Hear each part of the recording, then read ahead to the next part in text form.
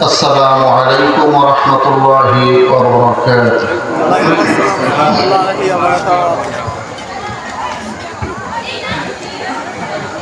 الحمد لله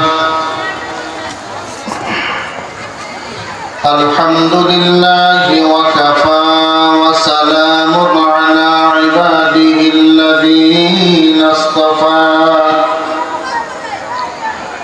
الذي أرسله بالحق بشيرا ونذيرا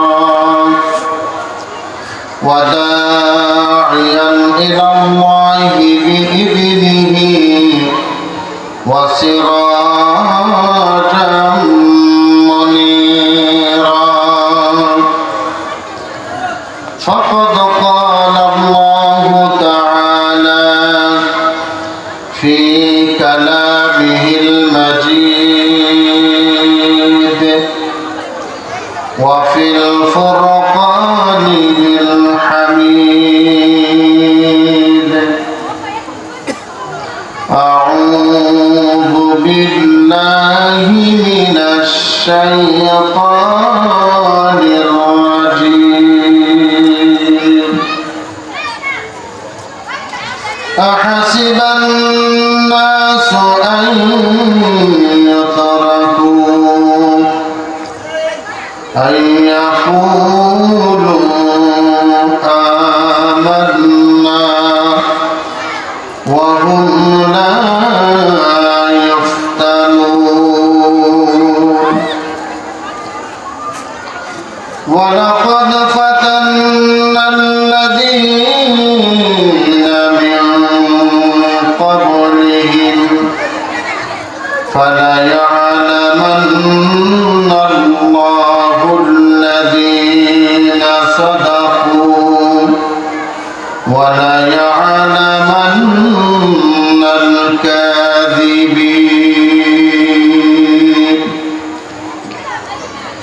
وعن ابن عباس رضي الله تعالى عنه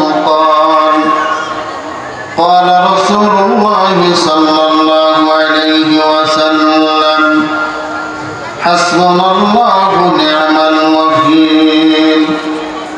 قالها إبراهيم عليه الصلاة والسلام حين ألقي في النار، وقالها محمد صلى الله عليه وسلم وحين قال إن الناس قد جمعوا لكم فاخشوهم فزادهم إيمانا وقالوا حسبنا الله ونعم الوكيل. وقال تعالى إن الله وملائكته يصلون على النبي يا أيها الذين آمنوا صلوا عليه وسلموا تسليما. اللهم صل على سيدنا مولانا محمد وعلى آل سيدنا مولانا محمد. بلغ العلا بكماله كشف الدجى بجماله حسنت جميع خصاله. صلوا عليه وآله. اللهم صل على محمد النبي الأمي وعلى آله وأصحابه وبارك وسلم. ربي زدني علما ربي زدني علما. সকলেই পড়ি আলহামদুলিল্লাহ। মাহফিলে আসা কার জন্য? আল্লাহর জন্য, ওয়াজ শোনা কার জন্য? আল্লাহর জন্য। এই রাত জাগা কার জন্য? আল্লাহর জন্য। সকল কিছু কার জন্য? আল্লাহর জন্য। কেন? আল্লাহর জন্য কেন? এই সকল কিছু আল্লাহ আমাদের দিয়েছেন, ঠিক কি না? আমাদের এই জীবনের মালিককে, হায়াত মতের সকল কিছুর মালিককে। তো যিনি আমাদেরকে জীবন দিয়েছেন, হায়াত দিয়েছেন, সব কিছু দিলেন, তার জন্যই আমাদের জীবনের সমস্ত আশা আকাঙ্ক্ষা সকল কিছু, ঠিক কি না? এই জন্য সমস্ত প্রশংসা কার? সকলেই করি আলহামদুলিল্লাহ, হামদান কাসীরান তাইয়িবান মুবারাকান ফি, সুবহানাল্লাহি ওয়া বিহামদিহি আদাদা খালকিহি। আল্লাহর প্রশংসা, আল্লাহর সৃষ্টি সমান। কার সমান? আদাদা খালকিহি। আল্লাহ যা সৃষ্টি করেছে, আল্লাহ তোমার সৃষ্টি সমান, তোমার প্রশংসা করলাম। জোরে পড়ি আলহামদুলিল্লাহ। ওয়া রিদা নাফসিহি, বলেন ওয়া রিদা নাফসিহি। আল্লাহর প্রশংসা করলাম। যেই প্রশংসা করলে আল্লাহ খুশি হয়, যতখানি করলে খুশি হয়, অতখানি পরিমাণ আল্লাহর প্রশংসা করলাম। সুবহানাল্লাহ। ওয়া রিদা নাফসি ওয়া জিনাতা আরশিহি। আল্লাহ তোমার প্রশংসা করলাম তোমার আরশের সমপরিমাণ। সুবহানাল্লাহ। ওয়া জিনাতা আরশিহি ওয়া মিদাদা কালিমাতি। তোমার কালাম লিখতে যত কালি লাগে, যত পানি লাগে, তার সমান তোমার প্রশংসা করলাম। জোরে পড়ি সুবহানাল্লাহ। আমাদের জীবনের সমস্ত প্রশংসা একমাত্র কার জন্য? কেন? আল্লাহ বলছে আলহামদুলিল্লাহি রাব্বিল আলামিন। সমস্ত প্রশংসা এই জন্যই, তিনি রব্বিল আলামিন, এই সকল কিছুর লালন পালনকারীকে। আরো জোরে বলি কে? আপনি দুই চারটে গরু পালেন, তাই মাঝে মধ্যে আপনার উপর বাড়ি দেন, ঠিক কিনা? হাঁস মুরগি পালেন, একটু বিরক্ত হইলে লাঠি দেন, বিরক্ত হন, কথা ঠিক কিনা? আর আল্লাহ কত কিছু লালন পালন করে দেখেনছে। এই পৃথিবীর যা কিছু আছে সকল কিছু লালন পালনকারীকে। আমরা লালন পালন করলে কতটুকু করতে পারি? দুই চারটে গরু পালি, হাঁস মুরগি পালি, ঠিক কিনা? পিপিলিকা, পিপিলিকা, এরপরে আপনার ওই যে ছোট ছোট পোকা, এগুলো কি লালন পালন করি? আমরা চোখ দিয়ে যা দেখি আর যা না দেখি, এই সকল কিছু লালন পালনকারীকে। আরো জোরে বলুন কে? আল্লাহ কি বিরক্ত হন? বিরক্ত। মাঝে মধ্যে আমি এই ঘটনাটি বলি, অনেকেই জানেন হয়তো বা। মুসা নবী নদীর পাড় দিয়ে হাঁটতেছে, আরেক জেলে মাছ ধরতেছে। গভীর পানির নিচে থেকে একটা পাথর উঠছে, মুসা নবী লাঠি দিয়ে ঘুঁতে দিয়ে পাথরটা ভাঙছে। ভাঙার পরে দেখে যে ওই পাথরের ভিতরে ছোট্ট একটা কীট, একটা কিরে। মুসা নবী ভালো করে তাকায় দেখে যে কিরার মুখের মধ্যে ছোট্ট একটা দোব্বার করা, গাছের কণা। সাথে সাথে মুসা নবী আল্লাহর কাছে সেজদায় করে বলে, আল্লাহ, এই গভীর পানির নিচ থেকে পাথর উঠলো, পাথরের মধ্যে ছোট্ট একটা কিরে, একটা পোকা। এই পোকার মুখের মধ্যে কেমনে এই ঘাসের কণাটা গেল, আমি তোমার কাছে জানতে চাই। প্রশ্ন করলেন কে? তার কাছে কেমনে গেল তোমার কাছে জানতে চাই।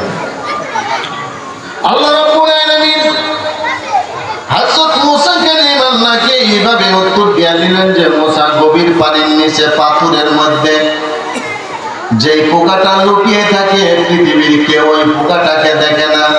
ও মুসা, আমি আল্লাহ রাব্বুল আলামিন ওই পোকার খবর রাখি, এবং পোকার মুখের মধ্যে খাবার তুলে দেওয়ার দায়িত্ব আমি আল্লাহ। আল্লাহু খায়রুল হাফিযান ওয়া হুয়া আরহামুর রাহিমিন। জোরে কোন সুবহানাল্লাহ। আল্লাহ যাকে হেফাজত করে তাকে কেউ মারতে পারে না। এই জন্য সমস্ত প্রশংসা কার জন্য? তিনি হলেন রব্বুল আলামিন। এই আলমের মধ্যে যা কিছু আছে সকল কিছু দেখা শোনা, লালন পালন যিনি করেন তিনি হলেন আল্লাহ। তিনি কি? ঠিক কি না? এই জন্য আমাদের এই যে ওয়াজ শোনা কার জন্য? আল্লাহর জন্য। আমার ভাইরা, আমার বন্ধুরা, সেই জন্য আমি আপনাদের সামনে একটা বিষয় আজকে নিয়েছি। ওই আল্লাহর প্রতি আমাদের সকলের বিশ্বাস আছে না নাই? আরো জোরে কোন আছে? আল্লাহ রাব্বুল আলামিন যদি থেকে থাকে আল্লাহর প্রতি বিশ্বাস, আর আল্লাহর প্রতি এই বিশ্বাসকে আমরা বলি ঈমান। আরবিতে কি বলি? ঈমান বলি, ঠিক আছে না? আল্লাহর প্রতি বিশ্বাসকে কি বলি? ঈমান বলি। আমরা এখানে যারা এসেছি সকলেই ঈমানদার, কথা ঠিক কিনা? আমরা আমাদেরকে কেউ যদি ঈমানদার বাদে অন্য কিছু বলে আমরা রেগে যাবো, কথা ঠিক কিনা? তাহলে আমরা সবাই এখানে ঈমানদার। ঈমানদারদের পরীক্ষা করবেন কে? আরো জোরে বলি কে? কেন পরীক্ষা করবেন? ঈমানটাকে পাকাপোক্ত করার জন্য। ছাত্রদের পরীক্ষা হয় না, কি বলেন? এই যে আমাদের লাউতা মাদ্রাসার মুহতামিম আছে, বড় হুজুর।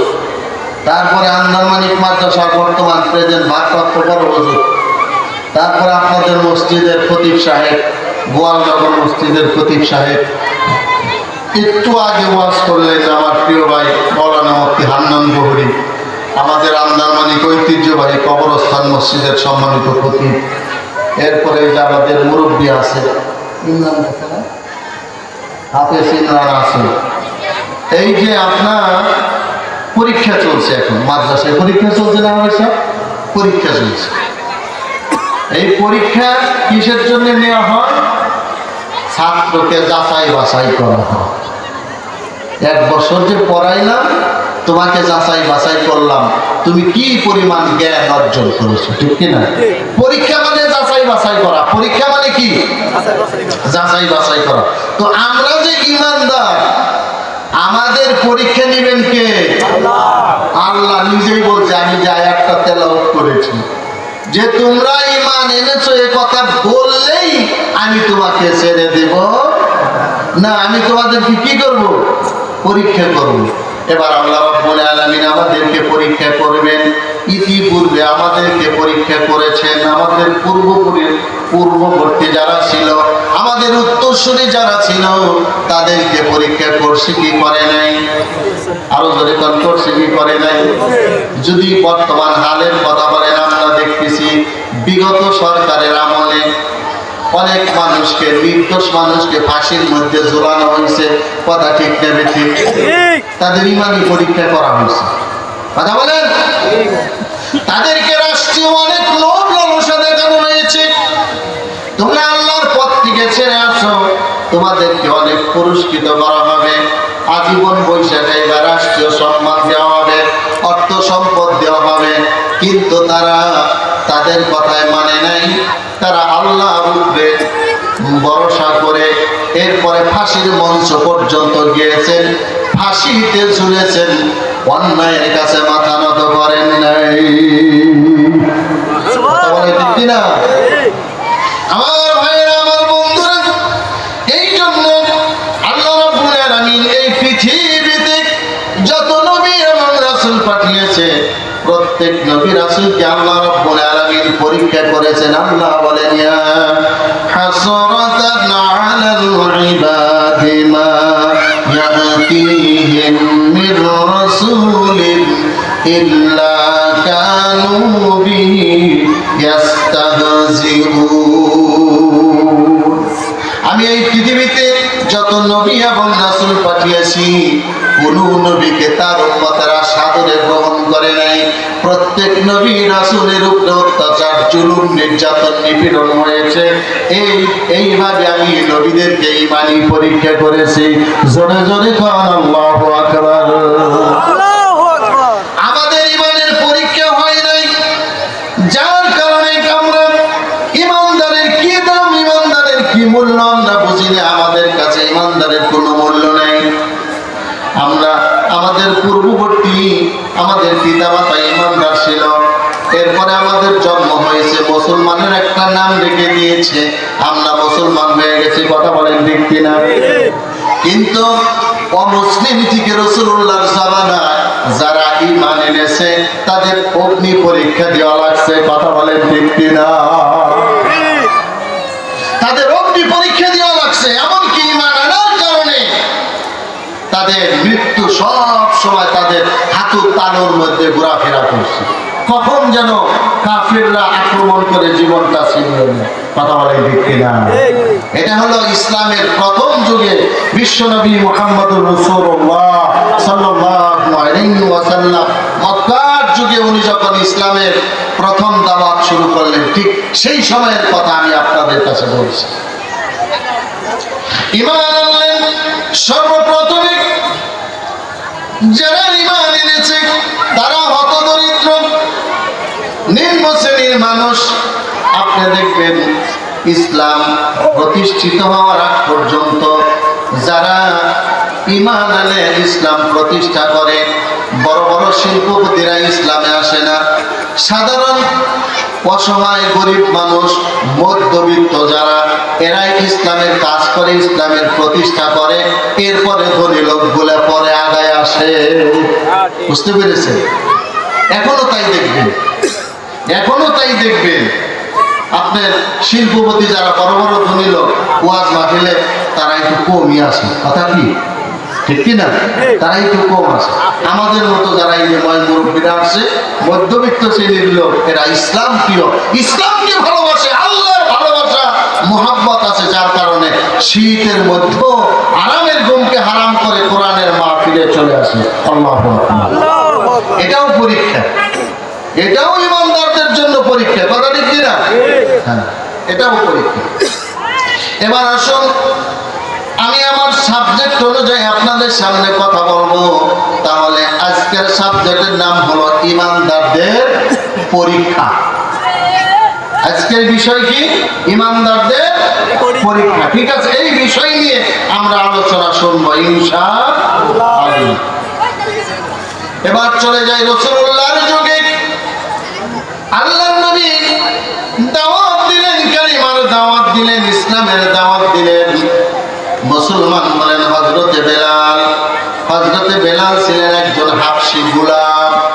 হাবশী গোলাম মানে তার বাড়ি ছিল হাবশায়, মানে নাইজেরিয়া, আফ্রিকা যেটাকে বলি আমরা, ওই জায়গার লোক। তিনি মক্কায় উমাইয়া ইবনে খালফের হলো গোলাম। গোলাম মানে আগে মানুষ কিনা বেচা হইতো, তিনি তাকে ক্রয় করেছে। এবার মুসলমান হইলেন হযরতে বেলাল।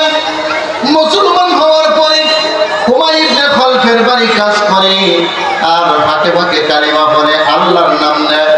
উমাইয়া ইবনে খালফ বলে, পরে বেলাল, তুমি কি মুহাম্মদের কাছে গিয়েছিলে? জি হুজুর, আমি মুহাম্মদের কাছে গিয়েছিলাম। তুমি কি কালিমা পড়েছো? হ্যাঁ, আমি কালিমা পড়ে ঈমান এনেছি, এরপরে আমি মুসলমান হয়েছি। উমাইয়া ইবনে খালফ বলতেছে, রে বেলাল, তোমার মুসলমান হওয়ার কারণ কি, ঈমান আনার কারণ কি? কারণ আমি তোমাকে খাওয়াই, আমি তোমাকে পড়াই, আমি তোমাকে থাকার জায়গা দিয়েছি, তোমার জীবনে যা কিছু লাগে সব কিছু যদি আমি তোমাকে দেই, মিটাইয়া দেই, তাহলে তোমার আবার ঈমান আনার দরকার কি?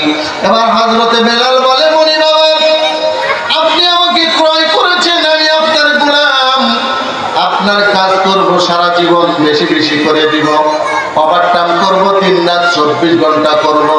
আপনি যেমন আমার দুনিয়ার একজন মনিব, তেমনি করে আমাকে যিনি সৃষ্টি করেছেন তিনি আমার মনিব, তিনি আমার আল্লাহ। আমি তাকে জায়গা দিয়েছি আমার অন্তরের অন্তঃস্থলে, আমার মণিকোঠার মধ্যে। আমার মনিব উমাইয়া ইবনে খালফ জীবন দিব, কিন্তু মনিবের নামটা ভিতরে থেকে মুছবে না। উমাইয়া ইবনে খালফ বেলালকে মারলেন। মুহূর্তের মধ্যে অনেক লোক জড়ো হয়ে গেল। উমাইয়া ইবনে খালফ নেতৃস্থানীয় একজন লোক ছিলেন, মানে গ্রামের মধ্যে যে মাতব্বর টাইপের লোক, এরকম একজন লোক ছিলেন। এবার লোকেরা বলা বলি করতে লাগলো, কি ব্যাপার, তুমি তোমার গোলামকে মারছো কেন? তোমার গোলাম তো ভালো ভালো কাজ করে, তোমার কথা শুনে। হযরত বেলালের কথা বলতেছে। এবার উমাইয়া ইবনে খালফ চিন্তা করলেন, ওকে তো দিনের বেলায় মারা যাবে না, মানুষ আমার সমালোচনা করবে, এই জন্য ওকে মারতে হবে রাতের বেলায়। হযরত বেলালকে নিয়ে গেলেন রাতের বেলায় মারার জন্য। কারণ কি? মানে আল্লাহর প্রতি ঈমান এনেছে, কারণ কি? আল্লাহর প্রতি ঈমান এনেছে। এবার দেখেন হযরত বেলালের অগ্নি পরীক্ষা, ঈমানের পরীক্ষা। আল্লাহু আকবার। এবার ঈমান বড় নাকি বেলালের দেহর দাম বেশি নাকি দুনিয়া বড়? এবার হযরত বেলালকে রিমান্ডে নিয়ে গেলেন রাতের বেলা। আল্লাহর নবীর কাছে খবরটা চলে গেল। আল্লাহর নবী হযরত আবু বকরকে নিয়ে গেলেন। রে আমার বেলালকে কোন পাহাড়ে নিয়ে গেছে রে? লোকজন বলল এদিক দিয়ে তো উমাইয়া ইবনে খালফ হযরত বেলালকে ধরে নিয়ে গেছে। আল্লাহর নবীও চললেন ওই রাস্তা ধরে। অনেক দূরে দিকে হযরত বেলালকে উমাইয়া ইবনে খালফ মারে, আর বেলাল আল্লাহু আকবার বলে। রাহমাতুল লিল আলামিন বিশ্ব নবীর কর্ণকুহরে বেলালের চিৎকার পৌঁছে যায়। জোরে জোরে কোন আল্লাহু আকবার। হযরত আবু বকর আল্লাহর নবীর সঙ্গেই ছিল। এবার উমাইয়া ইবনে খালফ বেলালকে মারলেন। মারতে মারতে এক সময় বেলালের কণ্ঠ বন্ধ হয়ে গেল। বেলাল আর আল্লাহু আকবার বলতে পারে না। আল্লাহর নবী হযরত আবু বকরকে বললেন, আবু বকর রে, তুমি গিয়ে দেখো তো দেখি বেলালের কি অবস্থা। এইবার আবু বকর গেলেন। ওরা মেরে বেলালকে ফেলে রেখে চলে গিয়েছে। আবু বকর গিয়ে দেখলেন হযরতে বেলাল ধরাশায়ী হয়ে পড়ে আছে। পাথরের মতো দেহ, বেলালের ঠোঁটটা নড়াচড়া করতেছে। আবু বকর বলে, আমি বেলালের বুকের মধ্যে কানটা লাগাইলাম। কানটা লাগায় দেখি বেলাল জোরে জোরে আল্লাহর জিকির করতে পারে না, আল্লাহ বলতে পারে না, কিন্তু আহাদ আহাদ শব্দটা হযরত বেলালের জবানে উচ্চারিত হচ্ছে। জোরে জোরে কোন সুবহানাল্লাহ। এবার হযরতে আবু বকর বেলালের মুখে পানি দিলেন, রুমাল ভিজিয়ে বেলালের মুখটা মুছিয়ে দিলেন। এবার হযরতে আবু বকর বলতেছে, বেলাল গো, আল্লাহর নবী তোমাকে একটা হুকুম করেছে, একটা আদেশ করেছে। হযরত বেলাল বলে, আবু বকর ভাই, নবীজি আমাকে কি বলেছে? কই নবীজি তোমাকে সালাম দিয়েছে, আর এই সংবাদটা তোমাকে দিয়েছে তোমাকে যখন ওরা বেত্রাঘাত করেছিল আল্লাহর নবী, তখন তুমি যে আল্লাহু আকবার বলেছো, এই শব্দটা রাসূলুল্লাহ শুনেছিল। এই জন্য নবীজি আমাকে বলেছে তোমাকে যখন ওরা বেত্রাঘাত করে তখন তুমি আল্লাহু আকবারটা আস্তে বলবা, জোরে বলো না। কারণ আল্লাহু আকবার বললে ওদের শরীরের মধ্যে আগুন লেগে যায়। জোরে কর নাউজুবিল্লাহ। এখনো এই জাতীয় কিছু উমাইয়া ইবনে খালফ মার্কা মুসলমান আছে না নাই? আস্তে কইলেন কেন? জোরে বলেন, আছে না নাই? আল্লাহু আকবার ধ্বনি শুনলে ওদের একটু আগুন থাকে, ওদের একটু লাগে। কথা বলেন ঠিক কিনা? নারায়ে তাকবীর, আল্লাহু আকবার। এই ধ্বনি অনেকেই শুনতে পারে না, একটু লাগে ভিতরে। আছে না নাই? আছে। ওরা ওই উমাইয়া ইবনে খালফের বংশধর উত্তরসূরি, মনে রাখবেন। এবার আমরা সামনে চলে যাই। হযরত বেলাল বলতেছে, আবু বকর, ওরা যখন আমাকে আমার ঈমান পরীক্ষা করার জন্য আমার শরীরের মধ্যে বেত্রাঘাত করে, আমি একটু আঘাত পাই না, বরঞ্চ আল্লাহর জান্নাতের সুঘ্রাণ আমার নাকের মধ্যে চলে আসে। জোরে কোন সুবহানাল্লাহ। আবু বকর রে, ওদের বেত্রাঘাতে আমি আল্লাহু আকবার বলি না, ওরা যখন আমাকে বেত্রাঘাত করে আল্লাহর জান্নাতের সুঘ্রাণ পাওয়ার পরে আমি আল্লাহু আকবার বলি। ঈমানি পরীক্ষা কাকে বলে? আমার ভাইয়েরা, আমার বন্ধুরা, আমরা ঈমান এনেছি, আমাদের ঈমানি পরীক্ষা হয় নাই। কথা ঠিক কিনা? তবে ঈমানি পরীক্ষা সামনে আছে। আমি আপনাদেরকে নিয়ে সামনের দিকে অগ্রসর হচ্ছে ইনশাআল্লাহ। আল্লাহ। এবার দ্বিতীয় দিন চলে গেল, তৃতীয় দিন হযরত বেলালকে মারে। বেলাল যখন ওইভাবে আল্লাহু আকবার বলে, হযরতে আবু বকর বলেন, আমি রাসূলুল্লাহর দিকে তাকায় দেখি রাসূলুল্লাহ যেন ছিটতে ছিটতে ওঠে, রাসূলুল্লাহর চোখে পানি। আমি জিজ্ঞেস করলাম, নবীজি গো, আপনি কেন ক্রন্দন করেন? আল্লাহর নবী বলতেছি, আবু বকর, বেলালকে ওরা যে অত্যাচার জুলুম নির্যাতন করতেছে ঈমান আনার কারণে, আমি সহ্য করতে পারতেছি না।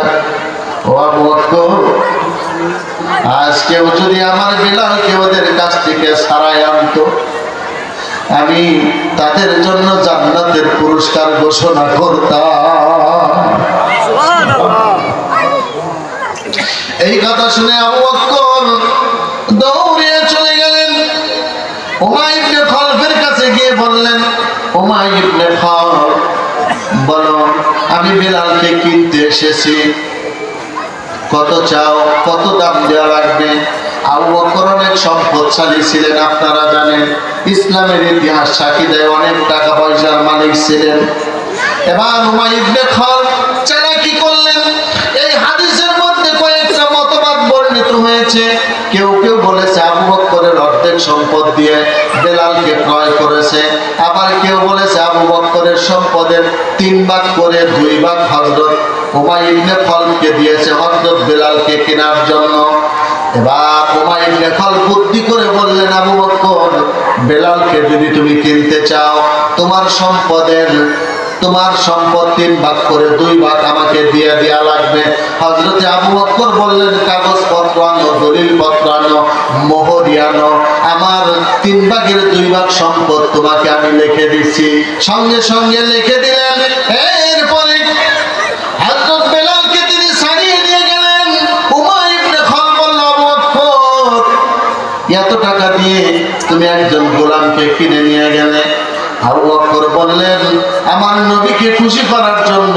সম্পদ তো দূরের কথা, উমাইর ইবনে খালফ, তুমি যদি আমার জীবনটাও চাইতা, সম্পদের সাথে সাথে আমি আবু বকর তোমাকে আমার জীবনটাও দিয়ে দিতাম মুহাম্মদুর রাসূলুল্লাহকে খুশি করার জন্য। আমার ভাইরা, আমার বন্ধুরা, এই হলো ঈমানি পরীক্ষা। আমি আরেকটা উদাহরণ দিয়ে মূল আলোচনায় চলে যাব। আলোচনাটা আমার ঈমানের পরীক্ষায়। আমার ভাইরা, আমার বন্ধুরা, আব্দুল্লাহ জুল বাদাদাইন নামে একজন ইতিম, যার বাড়ি ছিল মক্কার অদূরে। বয়স যখন আব্দুল্লাহ জুল বাদাদাইনের বয়স যখন 8-10 বছর বয়স, তখন মুহাম্মদুর রাসূলুল্লাহ মক্কা ইসলামের দাওয়াত দেয়, কালিমার দাওয়াত দেয়। আব্দুল্লাহ জুল বাদাদাইন ছোট্ট সময় পিতা মরে গেছে, চাচাদের কাছে লালিত পালিত হওয়া, অনেক সম্পদের মালিক। এবার চাচাদের কাছে গিয়ে বললেন, চাচা, ওই যে মক্কায় আব্দুল্লাহর পোলা মুহাম্মদ সাল্লাল্লাহু আলাইহি সাল্লাম মানুষকে তাওহীদের দাওয়াত দেয়, ঈমানের দাওয়াত দিতেছে। আমার মনে চায় আমি মুহাম্মদের কাছে যাই, কালিমা পড়ি, আল্লাহর প্রতি ঈমান এনে মুসলমান হয়ে যায়। চিল্লে এখন আল্লাহু আকবার। এবার চাচারা বলল, খবরদার, এই কথা আর মুখেও আনবি না। আমরা তোদেরকে লালন পালন করি, তোর পিতা অনেক সম্পদ রেখে গিয়েছে, বড় হইলে ওই সম্পদ দিয়ে দিব। খবরদার, আর এই কথা কোনোদিন মুখেও আনিস না। ছোট আব্দুল্লাহ কিচ্ছু বোঝে না, চাচারা ধমক দিয়ে থামায় দেয়। এরপরে যখন আবার বয়সটা আর একটু বড় হলো, চাচাদের কাছে গিয়ে বললেন, চাচা গো, আমার মনে চায় আমি মুহাম্মদের কাছে যাই, কালিমা পড়ে আল্লাহর প্রতি ঈমান আনি। ওই দিন চাচারা ধমক দিয়ে তাকে থামিয়ে দিল। এরপরে আল্লাহর নবী মক্কা থেকে হিজরত করে মদিনায় চলে আসলো। এইবার আব্দুল্লাহ যখন একটু বড় সড়ো হয়েছে, চাচাদের কাছে গেলেন, গিয়ে বললেন, চাচা, আমি তো মুহাম্মদের কাছে যাব, কালিমা পড়ে মুসলমান হব। এইবার চাচারা বলতেছে, না, তুমি মুসলমান হতে পারবে না। তুমি যদি মুসলমান হও, আল্লাহর প্রতি তুমি যদি ঈমান আনো, মুহাম্মদের প্রতি তুমি যদি ঈমান আনো, তাহলে তোমার যে পিতার সম্পদ আছে, এই সম্পত্তির কোনো ভাগ তুমি পাইবা না। আমরা তোমার ভরণ পোষণ করব না, বাড়ির থেকে তোমাকে তাড়িয়ে দিব, আর কোনোদিন এই বাড়ি তোমার ঠাঁই হবে না, জায়গা হবে না।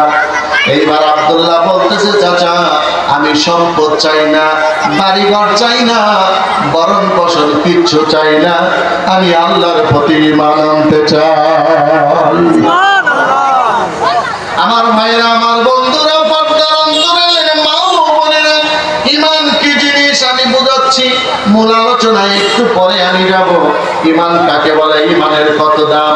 এই জন্য আল্লাহর নবী সাল্লাল্লাহু আলাইহি ওয়াসাল্লাম বলেছেন, পৃথিবীর মধ্যে সবচেয়ে আদনা একজন ঈমানদার, ওর ঈমানটা যদি একটা পাল্লার মধ্যে উঠে দেওয়া হয়, আর পৃথিবী আরশ কুরসি লৌহ কলম যদি একটা পাল্লায় উঠে দেওয়া হয়, পৃথিবীর সবচেয়ে আদনা ওই ছোট্ট সবচেয়ে নগণ্য ঈমানদারের পাল্লাটা পৃথিবীর পাল্লার চাইতে ভারী হয়ে যাবে। ঈমানের মতো সম্পদ আল্লাহ আমাদেরকে দিয়েছেন, এই জন্য আল্লাহর শুকরিয়া আদায় করি, আলহামদুলিল্লাহ। আব্দুল্লাহ জুল বাদারাইন বলতেছে, চাচা গো, সম্পদ চাই না, বরণ ফসল কিচ্ছু চাই না, আমি আল্লাহর নবীর কাছে যাব, তার কাছে গিয়ে আমি কালিমা পড়ে মুসলমান হব। এইবার চাচা এই কথা বলে আব্দুল্লাহ যখন মদিনার দিকে রওনা দিল, চাচা পিছন দিক দিয়ে ডাক দিয়ে বলে, আব্দুল্লাহ এদিকে আয়। এবার আব্দুল্লাহ ঘুরে আবার চাচার কাছে গেল, গিয়ে বলতেছে, আব্দুল্লাহ রে, তুই তো মদিনায় যাবি, রাসূলুল্লাহর কাছে ঈমান আনবি, তোর পরনে যে শার্টটা ছিল এই শার্টটা তোকে কে কিনে দিয়েছে? আব্দুল্লাহ বলে, চাচা এই শার্টটা তো আপনি কিনে দিয়েছেন, তুই যদি ঈমান আনস রে আব্দুল্লাহ, তাড়াতাড়ি জামাটা খুল, আমার হাতে দিয়ে যা। আব্দুল্লাহ দেরি করলেন না, জামাটা খুললেন, চাচার হাতের মধ্যে জামাটা দিয়া বললেন, চাচা আমি যাই। আব্দুল্লাহ আবার কিছু দূর গেছে, পিছন দিক থেকে আবার চাচা ডেকে ডেকে বলে, আব্দুল্লাহ এই দিকে আয়। এইবার আব্দুল্লাহ যায় বলছে, চাচা আবার কি বলেন?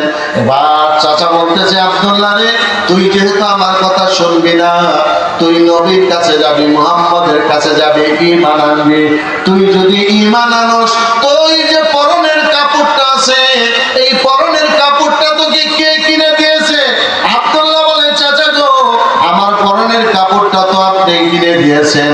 এইবার চাচা বলতেছে, আব্দুল্লাহ তুই যদি ঈমান আনস, তোর পরনের কাপড়টা আমাকে খুলে দিতে হবে।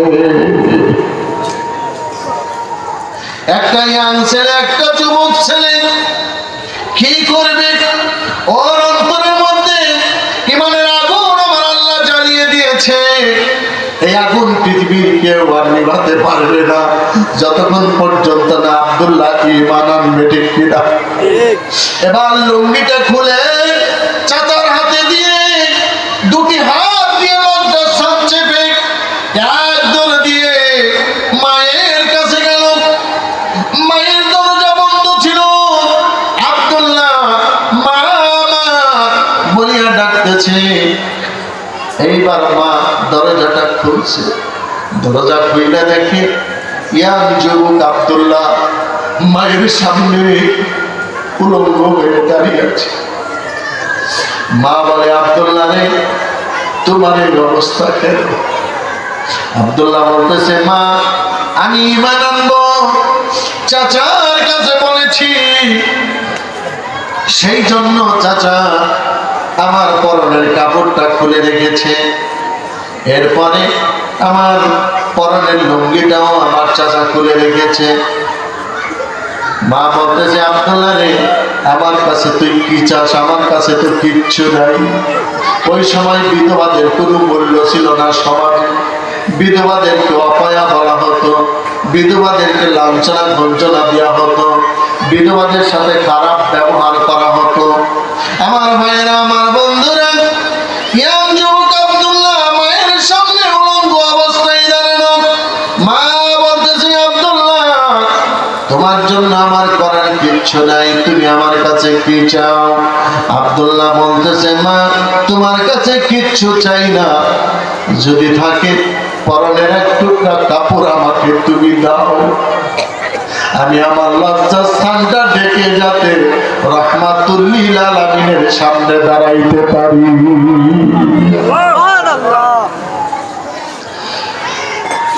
মায়ের কাছে একটা কম্বল ছিল, কম্বলটা দিয়ে হাতে দিয়ে মুখটা অন্যদিকে ঘুরাইয়া কম্বলটা আব্দুল্লাহর হাতে দিয়া বলল, বাবা এই কম্বল ছাড়া আমার কাছে আর কিচ্ছু নাই। মায়ের কম্বলটা পেঁচাইয়া আব্দুল্লাহ রওনা দিলেন মদিনার দিকে। অনেকদিন হেঁটে হেঁটে মদিনায় আব্দুল্লাহ পৌঁছে গেলেন। আসরের নামাজের সময় বিশ্বনবী মসজিদে নববীর বারান্দা আব্দুল্লাহ গিয়ে রাসূলুল্লাহর সামনে সালাম দিয়ে হাজির। আব্দুল্লাহর দিকে আল্লাহর নবী তাকায়া বলতেছে, যুবক তুমি একজন ইয়াং যুবক মানুষ, তোমার মুখের চেহারার এরকম অবস্থা কেন? শরীরের মধ্যে কোনো গোস্ত নাই, হাড়ের সঙ্গে চামড়া গুলা লেগে আছে, চুলগুলা এলোমেলো অবস্থা। যুবক তুমি কোথা থেকে এসেছো, কি জন্য এসেছো? আব্দুল্লাহ বলে, রাহমাতুল লিল আলামিন, আপনার কাছে ঈমান আনবো, এই জন্য আমি এসেছি। আপনি আমাকে ঈমানের কালিমা পড়ায় দেন, তাওহীদের কালিমা পড়ায় দেন। নবীজি গো, এই ঈমান আনার কারণে আমি আমার পিতার সমস্ত সম্পত্তি থেকে বঞ্চিত হয়েছি, চাচাদের বরণ পোষণ থেকে বঞ্চিত হয়েছি, এমনকি আসার সময় আমার চাচা আমার পরনের কাপড়গুলা পর্যন্ত খুলে রেখেছে।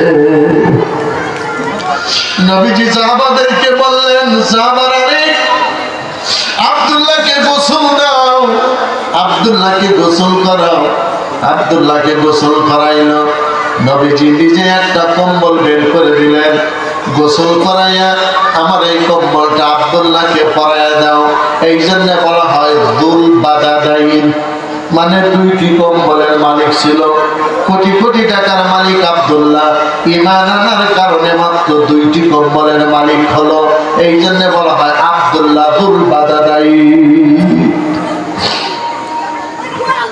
এবার আব্দুল্লাহ গোসল করাইল, খাবার খাওয়াইয়া বিশ্বনবী আব্দুল্লাহকে কালিমা পড়াই দিলেন। সাহাবাদেরকে বললেন, আব্দুল্লাহকে কোরআন তেলাওয়াত শোনাও। জোরে বলুন সুবহানাল্লাহ। আব্দুল্লাহ অল্প দিনে কোরআন তেলাওয়াত শিখলো। এবার কোরআন তেলাওয়াত শেখার প্রথম কোরআন তেলাওয়াত শিখছে, নতুন নতুন তেলাওয়াত শিখছে। দিন না 24 ঘন্টা কোরআন তেলাওয়াত করে চিল্লায় চিল্লায়। সাহাবারা রাসূলুল্লাহর কাছে গিয়ে বললেন, ইয়া রাসূলুল্লাহ, আব্দুল্লাহ এত জোরে জোরে কোরআন তেলাওয়াত করে, রাত্রিবেলায় আমাদের ঘুমে বড় ডিস্টার্ব হয়, আমরা চিল্লানির জ্বালায় ঘুমাইতে পারি না। আল্লাহর নবী সাহাবাদেরকে শান্তনি দিয়ে বললেন, আমার সাহাবারা, আব্দুল্লাহকে তুমি একটু জোরে কোরআন তেলাওয়াত করতে দাও, কারণ আমার আব্দুল্লাহ ঈমানটা বড় দামি ঈমান। ঈমান আনার কারণে দৈহিক জীবনের সমস্ত সম্পত্তি থেকে আমার আব্দুল্লাহ বঞ্চিত হয়েছে। আল্লাহ,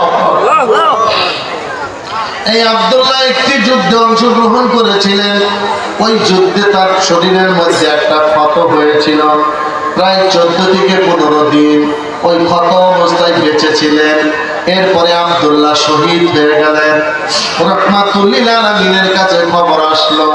খবর আসার পরে আল্লাহর নবী সাহাবাদেরকে বললেন, আব্দুল্লাহর লাশটাকে গোসল করাও, আমি না আসা পর্যন্ত আব্দুল্লাহর জানাজা তোমরা দিও না। রাসূলুল্লাহ আসলেন, জানাজা পড়লেন। এরপরে রাত হয়ে গেল।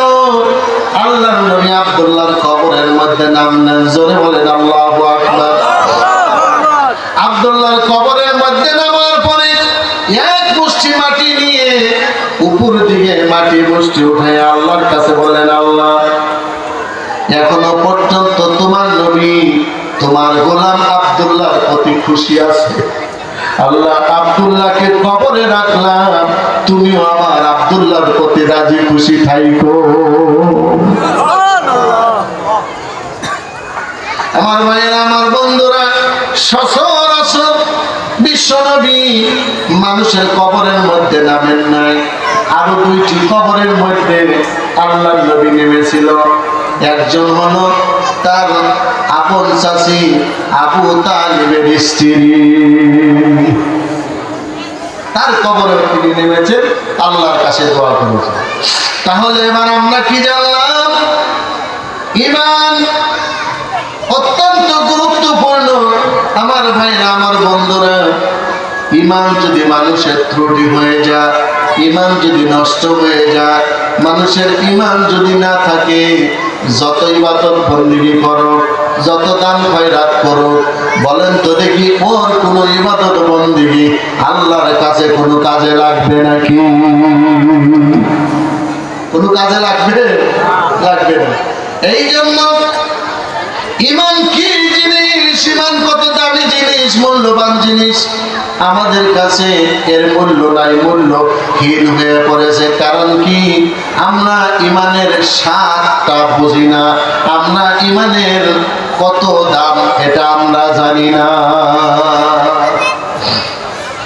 আমার ভাইরা, আমার বন্ধুরা, এই জন্য আসুন আল্লাহ রাব্বুল আলামিন সূরা আনকাবুতের 2 থেকে 3 নম্বর আয়াতের মধ্যে স্পষ্ট ঈমানদারদেরকে বলে দিয়েছেন, আহাসিবান নাসু আই ইউতরাকু আই ইয়াকুলু আমান্না ওয়া হুম লা ইফতানুন ওয়ালাকাদ ফাতান্না আল্লাযীনা মিন ক্বাবলিহিম ফালায়া'লামান্না আল্লাহুল লাযীনা صدقوا وليعلمن الكاذبين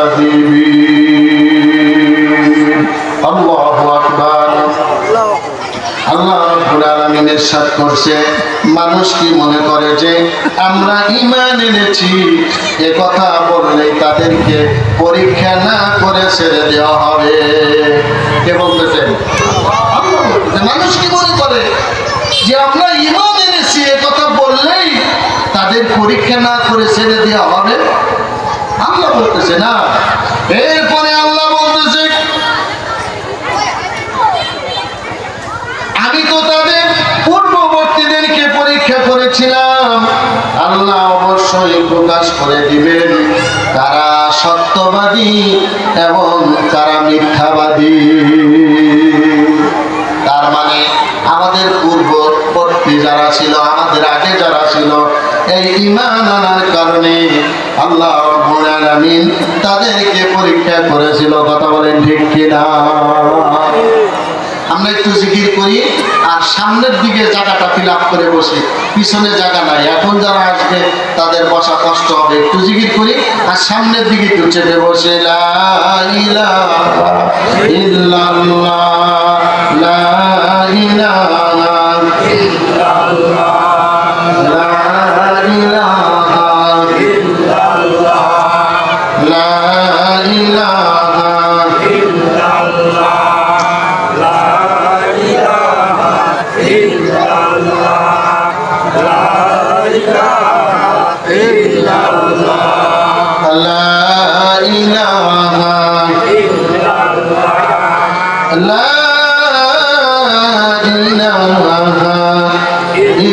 ইল্লাল্লাহু মুহাম্মাদুর রাসূলুল্লাহ।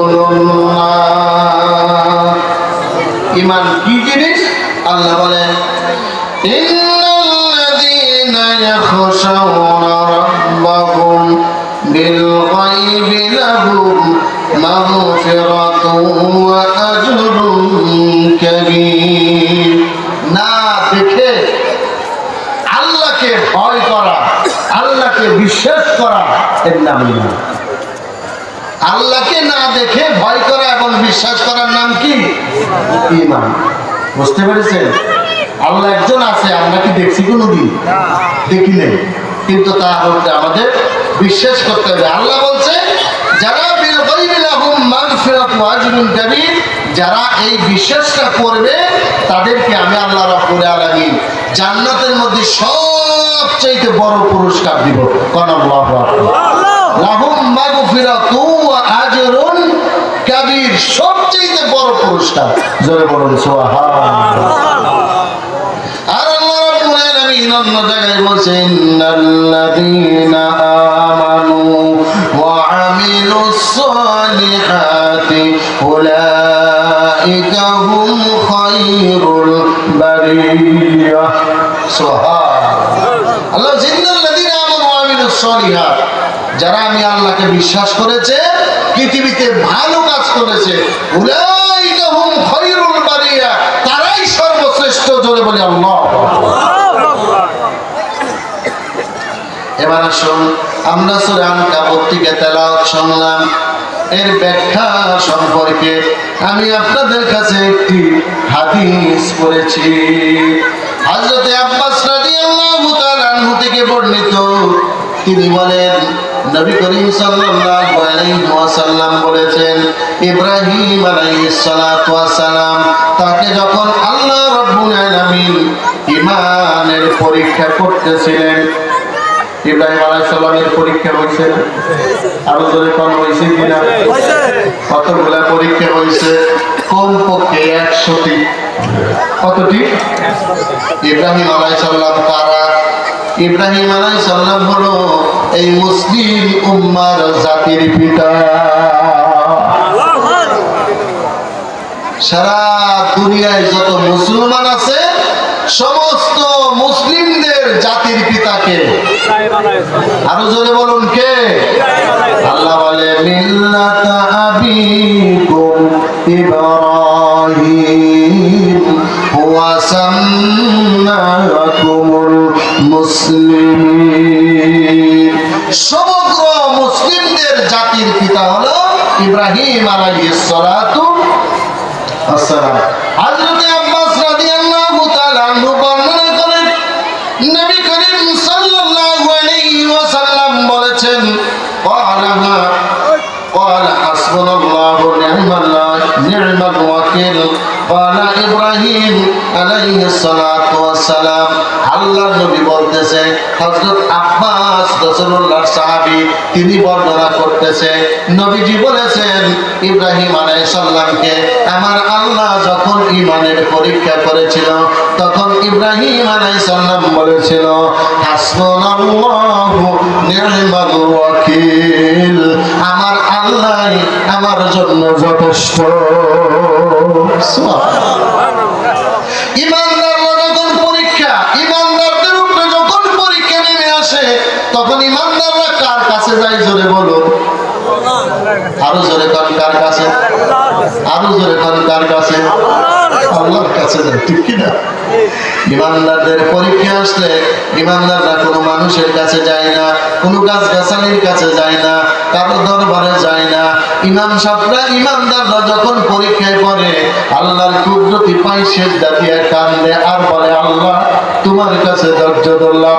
ক্বালু ইন্না লিল্লাহি ওয়া ইন্না ইলাইহি রাজিউন। আল্লাহ আমরা তো তোমারই এবং তোমার কাছেই তো আমরা যাবো। সুবহানাল্লাহ। আমরা কার? আল্লাহ। আমাদের প্রত্যাবর্তন করতে হবে কার কাছে? আল্লাহর কাছে। তো ঈমানদারদের যখন পরীক্ষা হয়, তখন ঈমানদাররা কার কাছে যায়? আল্লাহর কাছে যায়। স্বল্প ঈমানদার যারা পরীক্ষায় পড়লে হা হতাশ করে, কিন্তু ভারী ঈমানদার যারা পরীক্ষায় পড়লে কোনো হা হতাশ করে না, আল্লাহর দরবারে সিজদায় পড়ে তারা কান্দে। আল্লাহর নবী সাল্লাল্লাহু আলাইহি সাল্লাম ইরশাদ করেছেন, যদি কেউ বিপদ আপদে পড়ে, বালা মুসিবতে পড়ে, কঠিন বিপদে পড়েছে, অসুখ বিসুখ হোক, দিনগ্রস্ত হোক, অভাবী হোক, ওই লোকটা যদি আল্লাহর দরবারে সিজদায় পড়ে কান্দে, আল্লাহর কাছে যায় চায়, আল্লাহর নবী বলেছে, আল্লাহ রাব্বুল আলামিন ওই বান্দা চাওয়ার সাথে সাথে আল্লাহ তাকে সবকিছু দিয়ে দেয়। তবে আল্লাহর দেওয়ার একটা সময় আছে। আল্লাহ তো দিন রাত 24 ঘন্টা মানুষকে দিবে। আজ আমি বলেছি আর এক জায়গায় এই কথাটি, আল্লাহর দেওয়া একটা নির্দিষ্ট সময় আছে। আল্লাহ নবী সাল্লাল্লাহু আলাইহি সাল্লাম সেটাও বলে দিয়েছে, আল্লাহর যে নির্দিষ্ট সময়, এই সময়টার নাম হলো সুবে সাদেক আসার আগে। কি শুভে সাদেক আসার আগে শেষ রাত্রে আমার আল্লাহ প্রথম আসমানে অবতীর্ণ হয়, এরপরে দুনিয়ার মানুষকে ডাকে, এরা অভাবী মানুষ কে আছো, আমি আল্লাহর কাছে চাও, আমি আল্লাহ তোমার অভাব পূরণ করে দিব। কে আছো অসুস্থ, আমি আল্লাহর কাছে সুস্থতার জন্য দোয়া করো, সুস্থতা দান করে দিব। কে আছো রোগগ্রস্ত, রোগক্রান্ত, আমি আল্লাহর কাছে দোয়া করো, রোগ তোমার যত কঠিনই হোক আমি আল্লাহ তোমার সমস্ত রোগ ব্যাধি মুক্তি করে দিব। জোরে বলুন সুবহানাল্লাহ। মানুষ কয় ক্যান্সার রোগী ভালো হয় না, আল্লাহর কাছে আপনি চান, আল্লাহর কাছে সেজদায় করে কাঁদেন, ক্যান্সার রোগীও আমার আল্লাহ ভালো করতে পারে কি পারে না? খালি ডাক্তারের কাছে যাক, ডাক্তার বদলায়, কয় ওই ডাক্তার ভালো না, ওই ডাক্তারের কাছে গেলে মনে হয় ভালো হবো, বলে কিনা? ওই বড় ডাক্তারের কাছে আমার নেই, ওনার কাছে গেলে আমি ভালো হব না। এটা হলো তোমার দুর্বলতা। তুমি ডাক্তারের ডাক্তার, আসমান জমিনের মালিক, সকল কিছুর যিনি মালিক, আল্লাহর কাছে সেজদাই করে কখনো কি তুমি কেঁদেছ? গুনাহ করেছ, আল্লাহর কাছে কখনো কি কেঁদেছ? অসুস্থ হয়েছ, কখনো কি আল্লাহর কাছে তুমি কেঁদেছ? ওভাবে পড়েছ, কখনো কি তুমি আল্লাহর কাছে কেঁদেছ? আল্লাহর কাছে কান্দো, আল্লাহ তো দেওয়ার জন্য প্রস্তুত করা, ঠিক কিনা? এই জন্য ইব্রাহিম আলাইহিস সালাতু ওয়াস সালাম বললেন, ক্বালু হাসবুনাল্লাহ, আমার আল্লাহ আমার জন্য যথেষ্ট। জোরে জোরে বলুন সুবহানাল্লাহ। কোন সময় ইব্রাহিম আলাইহিস সালাম এই কথাটি বললেন? হাদিসের ব্যাখ্যার মধ্যে আছে, ইব্রাহিম আলাইহিস সালামকে যখন নমরুদের আগুনে ফালানোর জন্য চরকের মধ্যে উঠে নিয়ে গেল পাহাড়ের চূড়া, আর ওই চরকের মধ্যে তাকে বসাইলো, বসানোর পরে ওই চরক থেকে আপনার তাকে ছিটকে যখন আগুনের দিকে ইব্রাহিম আলাইহিস সালাম আসতেছে, একটু পরে আগুনের মধ্যে ইব্রাহিম আলাইহিস সালাম পড়ে যাবে। ইব্রাহিম আলাইহিস সালাতু ওয়াস সালাম ওই পাহাড়ের চূড়ায় থেকে নিচের দিকে তাকাইলেন, তাকায় দেখলেন তার পিতা, তার নাম ছিল আজর। কি নাম? জোরে বলুন। আজর। দেখে আজর ইব্রাহিম আলাইহিস সালামের চরকের রশি ধরে ধরে টানতেছে, জন্মদাতা পিতা। এবার দেখতেছে পিতাই সন্তানের মৃত্যুর ফাঁদের মধ্যে ফালানোর জন্য নিজের পিতাই তার রশি, ওই চরকের রশি ধরে ধরে টানতেছে, হেইয়ো হেইয়ো করে। বুঝতে পারছেন? এবার ইব্রাহিম আলাইহিস সালাম স্বচক্ষে দেখলেন নিজের পিতা যখন সন্তানকে আগুনে পোড়ানোর জন্য চরকের রশি ধরে ধরে টানতেছে, মায়ের কোনো খবর নাই। এবার ফেরেশতা জিবরাইল ইব্রাহিম আলাইহিস সালাতু ওয়াস সালামের কাছে এসে বলল, ও ইব্রাহিম, তোমাকে কি আমি একটু হেল্প করতে পারি? ইব্রাহিম আলাইহিস সালাম বলে, তুমি কি হেল্প করবা? কয়, ওই যে দেখছো নমরুদের আগুন, ওই আগুনের মধ্যে পড়লে তুমি পুইরা ভস্ম হয়ে যাইবা, আর তুমি যদি আমার কাছে একটু হেল্প চাও, একটু সাহায্য চাও, আমি তোমাকে সাহায্য করতে পারি। কেমনে সাহায্য করব? আল্লাহ রাব্বুল আলামিন আমাকে যে পাখা দিয়েছে, পর দিয়েছে, এই পাখা এবং পর দিয়ে আমি নমরুদের আগুনের কুণ্ডুলি হাজার হাজার ফিট মাটির নিচে পাঠিয়ে দিব। এই শক্তি আল্লাহ আমাকে দিয়েছে। এবার ইব্রাহিম আলাইহিস সালাম বলে, জিবরাইল, তোমাকে এই শক্তি আল্লাহ দিয়েছে, ওই আল্লাহ আমাকে ইব্রাহিম খলিল কইরা দুনিয়ার মধ্যে পাঠিয়েছে। তো তোমাকে যে আল্লাহ এত ক্ষমতা, এত শক্তি যে আল্লাহ তোমাকে দিয়েছে, ওই আল্লাহ আমাকে ইব্রাহিম আল্লাহর পয়গম্বর, চলেলোর পয়গম্বর, আল্লাহর খলিল করে এই পৃথিবীতে পাঠিয়েছে। কাজেই আমার জন্য আমার আল্লাহ যথেষ্ট। হাসবুনাল্লাহু ওয়া নি'মাল ওয়াকিল। ও জিবরাইল, তোমার কাছে সাহায্য চাইলেন আমার এই বিপদের সময়, আমার আল্লাহ আমাদের জন্য যথেষ্ট। জোরে বলুন সুবহানাল্লাহ। এবার ইব্রাহিম আলাইহিস সালামকে আগুনের কুণ্ডুলির মধ্যে ফালানো হলো, আর আল্লাহ রাব্বুল আলামিন আগুনের কুণ্ডুলিটাকে জান্নাতের বাগান বানায়া দিলেন। জোরে বলুন সুবহানাল্লাহ। তাই হাদিস শরীফের মধ্যে বলেছে, ক্বালা ইব্রাহিম আলাইহিস সালাতু ওয়াস সালাম হিনা উলকিয়া ফিন নার ওয়া ক্বালাহা মুহাম্মাদুন সাল্লাল্লাহু আলাইহি ওয়াসাল্লাম ইন্নান নাসা ক্বাদ জামাউ লাকুম ফাখশাউহুম ফাযাদাহুম ঈমানাও ওয়া ক্বালু হাসবুনাল্লাহু নি'মাল ওয়াকিল। এবার আল্লাহর নবী বলতেছে, আব্বাস, ইব্রাহিম আলাইহিস সালামকে আল্লাহ পরীক্ষা করেছিল। ইব্রাহিম আলাইহিস সালাম বলেছিল আল্লাহ আমার জন্য যথেষ্ট, আর মুহাম্মদ সাল্লাল্লাহু আলাইহি সাল্লামের উম্মতদেরকে আল্লাহ পরীক্ষা করবেন, আর আমার উম্মতেরা এই কথাই বলে দিবে আল্লাহ আমাদের জন্য যথেষ্ট। জোরে জোরে বলুন সুবহানাল্লাহ। বুঝছেন হাদিসের অর্থ বুঝছেন, আর কোরআনের যে আয়াতটা বলছে বুঝতে পেরেছেন? এবার আল্লাহ নবী সাল্লাল্লাহু আলাইহি ওয়াসাল্লাম বদরের প্রান্তরে গেলেন। অন্যদিকে আবু জেহেল একটি সুসজ্জিত বাহিনী নিয়ে আসছে, 1000 অস্ত্র শস্ত্র, সর্বাধুনিক অস্ত্র শস্ত্র নিয়ে 1000 বাহিনী নিয়ে আসে। আর মুহাম্মদ সাল্লাল্লাহু আলাইহি সাল্লাম 313 জনের ছোট্ট একটা নিরস্ত্র বাহিনী নিয়ে বদরের প্রান্তরে এসেছে। এইবার বদরের প্রান্তরে নবীজি আসলেন। আসার পরে দেখেন পরীক্ষা কাকে বলে। আল্লাহর নবী আসলেন, কোনো অস্ত্র শস্ত্র কিচ্ছু নাই, খেজুরের ডালি মুসলমানদের অস্ত্র। জোরে বলুন সুবহানাল্লাহ। বদরের প্রান্তর চতুর্দিক মুসলমানদেরকে ঘিরে ফেললেন। এবার ওদের অস্ত্রের ঝনঝনিতে মুসলমানদের অন্তর কেঁপে ওঠার কথা, কিন্তু তারা বললেন হাসবুনাল্লাহু নি'মাল ওয়াকিল, হাসবুনাল্লাহু নি'মাল ওয়াকিল। অস্ত্র শস্ত্রকে ভয় করি না, অধিক সংখ্যককে ভয় করি না, আল্লাহ আমাদের সাথে আছে, আল্লাহ আমাদের বিজয় দিব। জোরে বলুন সুবহানাল্লাহ। এবার 313 জন ছোট্ট একটা বাহিনীকে ঘিরে ফেললো। একদিকে বদরের যুদ্ধ, অন্যদিকে রমজান মাসের রোজা। মুসলমানরা দিশে হারা হয়ে পড়লো। এরপরে মুসলমানরা বলতে লাগলো মাতা নাসরুল্লাহ। আল্লাহর নবীর কাছে এসে বলতে লাগলো ইয়া রাসূলুল্লাহ, আপনারা বলেছিলেন বদরের প্রান্তরে আমরা যখন যুদ্ধে যাব তখন আল্লাহ আমাদেরকে সাহায্য করবে। মাতা নাসরুল্লাহ, কোথায় আল্লাহর সাহায্য নবীজি? আল্লাহর নবী দুটি হাত উঠিয়ে ছোট্ট একটা গুহার মধ্যে, ঝুপড়ির মধ্যে লোহার একটা টুপি পরে রাহমাতুল লিল আলামিন বসে আছে, সেজদায় পড়ে আছে। সাহাবারা আয়েশা বলতেছে মাতা নাসরুল্লাহ, নবীজি আল্লাহর সাহায্য কোথায়? আল্লাহর সাহায্য ছাড়া আমরা আর জিততে পারবো না।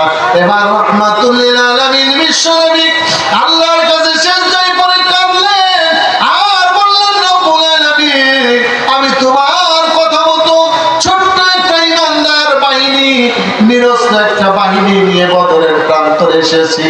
আল্লাহ গো, তুমি যদি বিজয় দান না করো তাহলে আল্লাহ বলার মতো তোমার জমিনের মধ্যে আর একজন লোক পাওয়া যাবে না।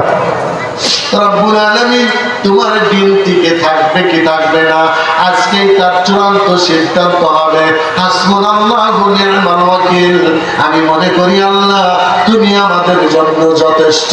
এই কথা বলতে বলতে আল্লাহ রব্বুল আলামিন ফেরেশতা দিয়ে বদরের প্রান্তরে মুসলমানদেরকে সাহায্য করে বিজয় দান করলেন। জোরে জোরে বলুন সুবহানাল্লাহ।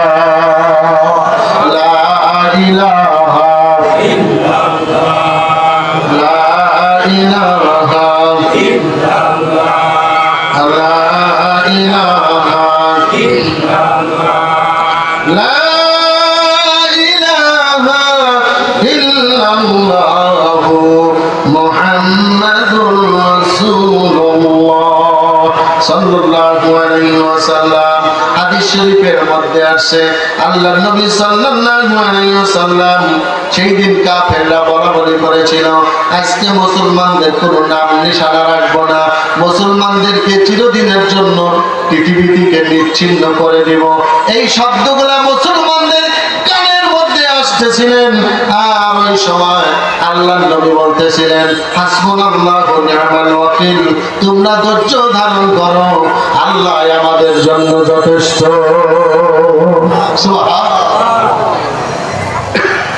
যেমন হিজরতের সময় রাসূলুল্লাহ হিজরত করলেন আবু বকরকে নিয়ে, রাসূলুল্লাহ চতুর্দিক ঘরের চতুর্দিক আটকে ফেললেন। আল্লাহ নবী এক মুষ্টি বালি হাতে নিলেন, আল্লাহর হুকুম অনুযায়ী বালিটা ফু দিলেন।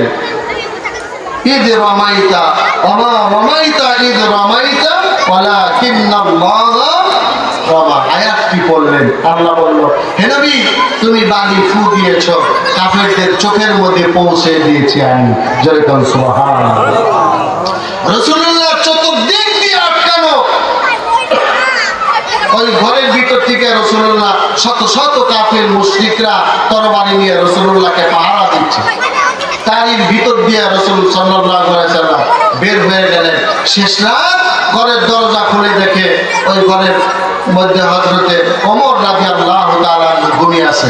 কোন সুবহানাল্লাহ। ওরা এত বিচক্ষণ ছিল যে তখনকার সময়ে বালির ভিতরে পদচিহ্ন দেখে ওরা বুঝতে পারো এটা কোন বংশের লোক, এটা কোন মানুষের পায়ের পাড়া। এইভাবে রাসূলুল্লাহ যেই রাস্তা দিয়ে গেছে আবু বকরকে নিয়ে, ওই রাস্তা ধরে তারা গারে সুর, যে পাহাড়ের মধ্যে ফর্সা হওয়ার আগে হযরত আবু বকর আর রাহমাতুল লিল আলামিন লুকাইছিলেন, সেই পাহাড়ে চলে গেলেন। সেই পাহাড়ের মধ্যে চলে গেলেন এবং সেই পাহাড়ে হযরত আবু বকর উপর দিকে তাকায় দেখতেছে কাফেরদের পা দেখা যায়। তখন আবু বকর কেঁদে ফেললেন। আল্লাহ নবী বলল, আবু বকর তুমি কাঁদো কেন? কই ইয়া রাসূলুল্লাহ, ওই যে কাফেরদের পা দেখা যাচ্ছে। আমি তো আমার জীবন নিয়ে সংখ্যায় নাই, আমি আপনার জীবন নিয়ে সংখ্যায় আছি। আমার সামনে যদি আপনাকে হত্যা করে ফেলে আমার এই জীবনের কি দাম আছে, কি মায়া আছে? আল্লাহ নবী বললেন, আবু বকর চিন্তা করো না, আমরা দুইজন ছাড়াও আমাদের সাথে আরেকজন, সকলেই বলে আরেকজন, তিনি কে? আরো জোরে বলুন, তিনি কে? বিপদে পড়েছেন, আল্লাহকে ডাকেন, সঙ্গে সঙ্গে আল্লাহ হাজির হয়ে যায়। এখানে বিপদে পড়েছেন, বাড়ি যাইতে 5 মিনিট লাগবে, কিন্তু আল্লাহর সাহায্য এখানে পৌঁছাইতে 1 সেকেন্ড সময় লাগবে না। কথা ঠিক কিনা?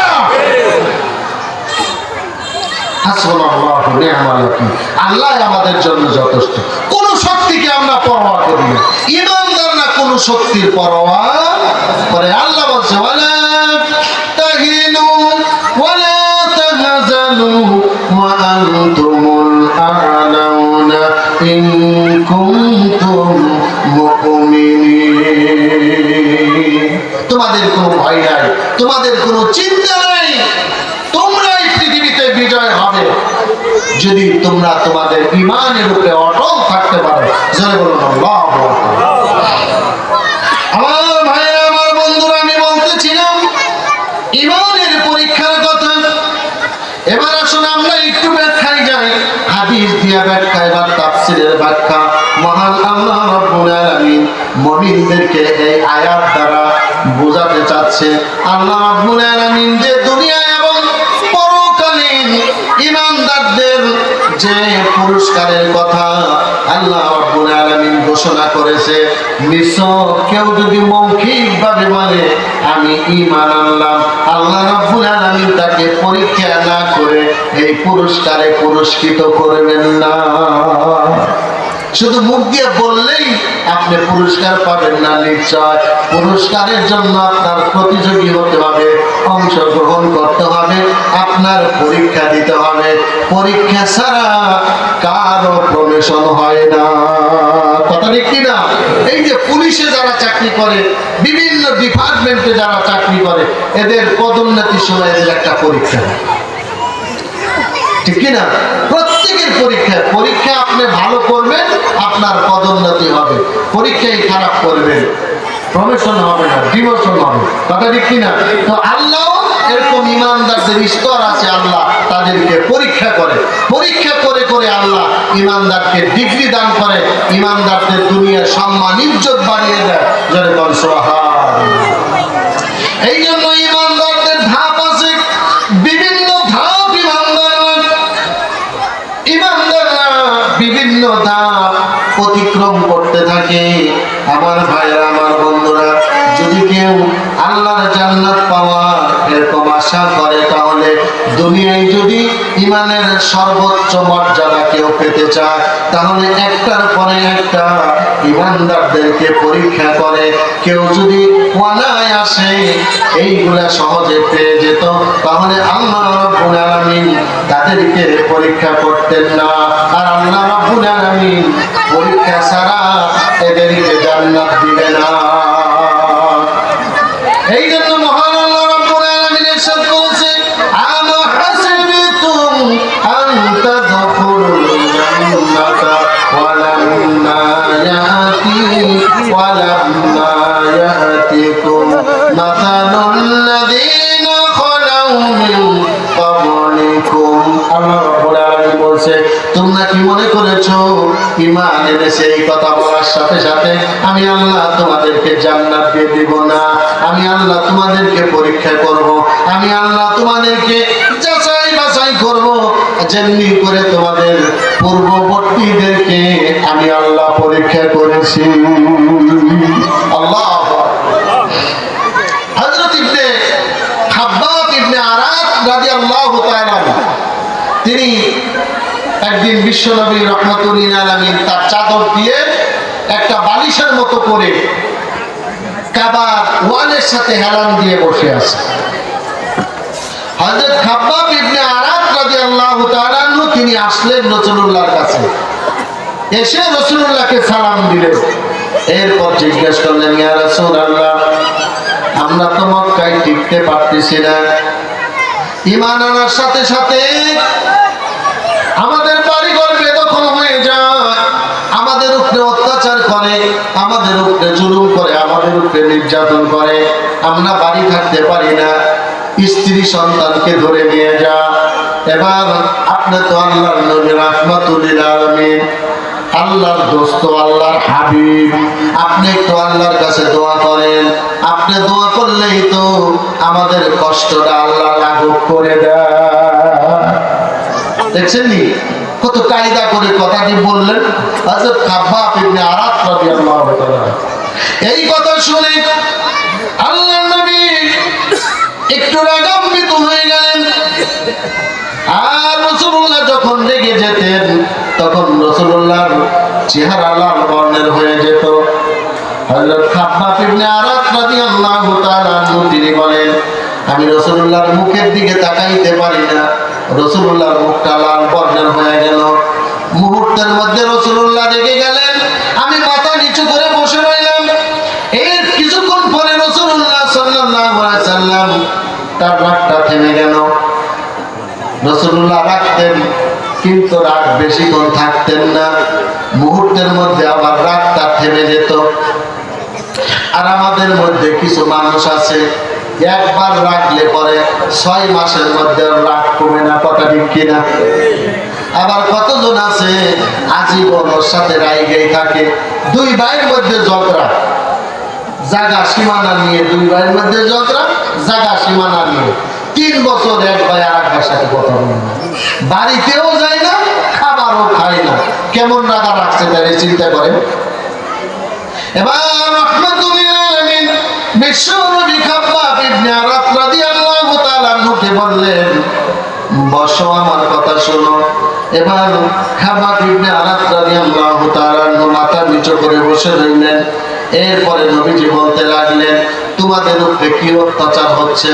কই যে আমাদেরকে মারে ইসলাম গ্রহণ করলে। কই শোনো, তোমাদের পূর্বের নবীদের উম্মতেরা যখন ইসলাম গ্রহণ করেছে তাদেরকে সাথে সাথে গাছের সাথে শক্ত করে বাঁধা হয়েছে।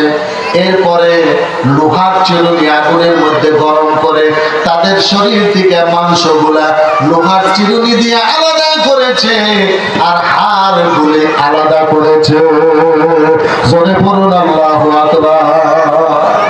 এরপরে নবীজি বললেন, শুধু তাই নয়, ইসলাম গ্রহণ করার সাথে সাথে জীবন্ত মানুষগুলোকে ধরে ধরে আগুনের কুণ্ডলীর মধ্যে তারা ফেলে দিয়েছে। শুধু তাই নয়, জীবন্ত মানুষগুলোকে ইসলাম কালিমা পড়ার কারণে তেল গরম করে করে ওই টকবগে তেলের কড়ার ভিতরে তাদেরকে ফালানো হয়েছে। তেলের কড়ার মধ্যে তাদেরকে পালানো হয়েছে, আর তোমাদেরকে মারধর করছে, তাতেই তোমরা পেরেশান। আমার ভাই, আমার বন্ধুরা, মুসা আলাইহিস সালাতু ওয়াস সালামের জামানা, ঈসা আলাইহিস সালামের, মুসা আলাইহিস সালামের একজন অনুসারী তিনি ছিলেন একজন নারী। তার দুটি সন্তান ছিল, ওইরকম তেলের কড়াইয়ের মধ্যে একটা সন্তানকে ফেলে দিয়েছে। এবার মাকে বলতেছে, তোমার ওই সন্তানকে পালানো হবে, তুমি ঈমান ছেড়ে দাও। মা ঈমান ছাড়তেছে না, আর একটা সন্তানকে ফালাই দিল। দুটি সন্তান তেলের কড়াইয়ের মধ্যে ভাজা হয়ে গেল। এবার মা তাকায় তাকায় দেখতেছে, আর ওরা বলতেছে, তুমি যদি ঈমান না ছাড়ো তোমাকে ওই তেলের কড়াইয়ের মধ্যে যেতে হবে। তেলের কড়াইয়ের ভিতর থেকে সন্তান দুটি মায়ের অন্তরের মধ্যে কানে কানে বলে দিচ্ছে, মা আমাদেরকে তুমি দেখছো তেলের মধ্যে বাজি হচ্ছি, আমরা তেলের মধ্যে নাই, বরং আল্লাহর জান্নাতে আমরা বসবাস করতেছি। কোন সুবহানাল্লাহ। ওই মার কি আর কোনো ভয় আছে? আরো জোরে কোন, কোনো ভয় আছে? কোনো ভয় নেই। লা ইলাহা ইল্লাল্লাহ, লা ইলাহা ইল্লাল্লাহ, লা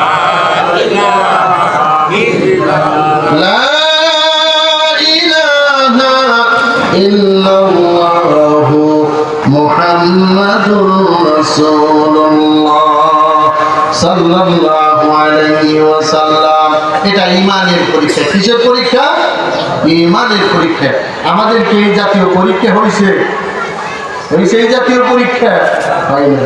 বিগত দিনে আমাদের ফ্যাসিস্ট সরকারের আমলে কিছু পরীক্ষা আমাদের উপরে এসেছিল, কথা ঠিক কিনা? কিন্তু প্রকৃত ঈমানদার যারা, আল্লাহর রহমতে তারা বিজয় লাভ করছে। যদি বলি আল্লাহু আকবার।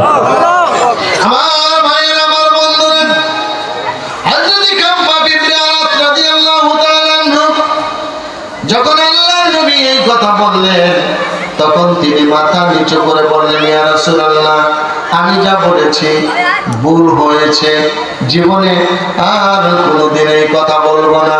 জোরে বলেন সুবহানাল্লাহ।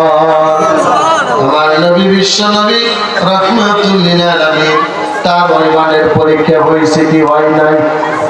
আরো জোরে কোন, হয়েছে কি হয় নাই? আরে মেরে রক্তাক্ত করে দিয়েছে, নিজের রক্তগুলো রুমাল দিয়ে মুছেছে। জিবরাইল আমি জিজ্ঞেস করতে গিয়ে, ইয়া রাসূলুল্লাহ, ইয়া হাবিবাল্লাহ, আপনার রক্তগুলো কেন আপনি রুমাল দিয়ে মুছেন? নবীজি বলে, জিবরাইল, আমার এক ফোঁটা রক্ত যদি এই তাইফের মাটিতে পড়ে, আমার আল্লাহ বেজার হয়ে যাবে, এই জমিনকে তামা বানায় দিবে, কিয়ামত পর্যন্ত এই জমিনে কোনো ফসল গজাবে না। তো যারা আপনাকে মারতেছে তাদের জন্য আপনি এত দরদ কেন? আল্লাহর নবী বলে, জিবরাইল রে, এরা হয়তো বুঝতেছে না, এদের সামনের যে প্রজন্ম আছে, এদের সন্তানাদি বাচ্চা কাচ্চা যারা আছে, তারা একদিন ঠিকই বুঝবে, ঠিকই তারা একদিন আল্লাহর দ্বীন গ্রহণ করবে। আমার ভাইয়েরা, আমার বন্ধুরা, এই জন্য আল্লাহ রাব্বুল আলামিন ঈমানদারদের পরীক্ষা সম্পর্কে পবিত্র কোরআনে বলে, ওয়ালা নাবলু ওয়ান্নাকুম বিশাইইন মিনাল খাউফি ওয়াল জু'i ওয়া নাকসিন মিনাল আমওয়ালি ওয়াল আনফুসি ওয়াত সামারাত ওয়া বাশশিরিস সাবিরিন। ঈমানদারদের পরীক্ষা আসবে, তারা ধৈর্য ধারণ করবে। অবশ্যই সাবির, ঠিক কিনা? ঈমানদাররা পরীক্ষায় পড়ে কখনো হাই হুতাশ হয় না, কখনো তারা দিক বিদিক যায় না, এদিক সেদিক করে না। তারা বলে, আল্লাযীনা ইযা আসাবাতুহুম মুসিবাতুন ক্বালু ইন্না লিল্লাহি ওয়া ইন্না ইলাইহি রাজিউন।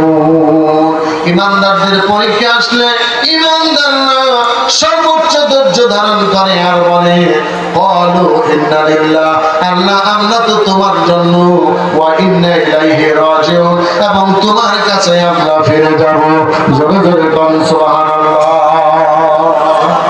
আমার ভাইরা, আমার বন্ধুরা, এই জন্য মহান আল্লাহ রাব্বুল আলামিন বলেন, আমা হাসিবতুম আন তাদখুলুল জান্নাতা ওয়া লাম্মা ইয়ালামিল্লাহুল্লাযীনা জাহাদু মিনকুম ওয়া ইয়ালামাস সাবিরিন।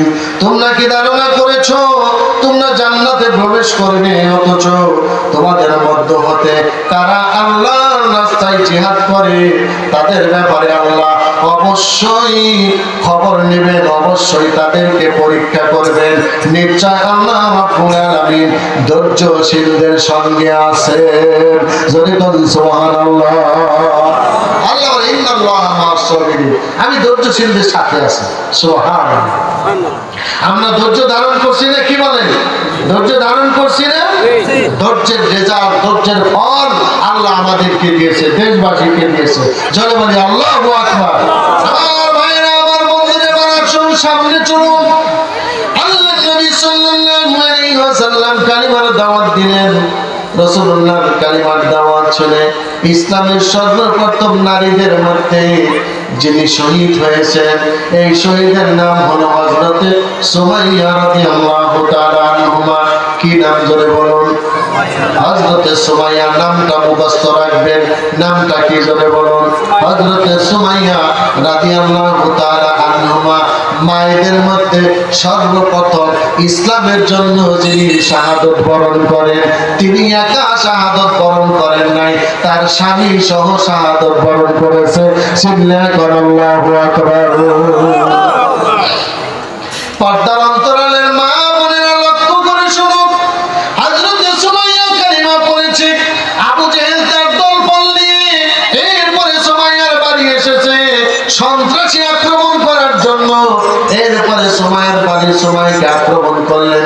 সুমাইয়ার বাড়িতে সুমাইয়ার একটা ইয়াং ছেলে ছিল, তার নাম হযরতে আম্মার রাদিয়াল্লাহু তাআলা আনহু। কি নাম জোরে বলুন? হযরতে আম্মার রাদিয়াল্লাহু তাআলা আনহু, ইয়াং তাগড়া যুবক।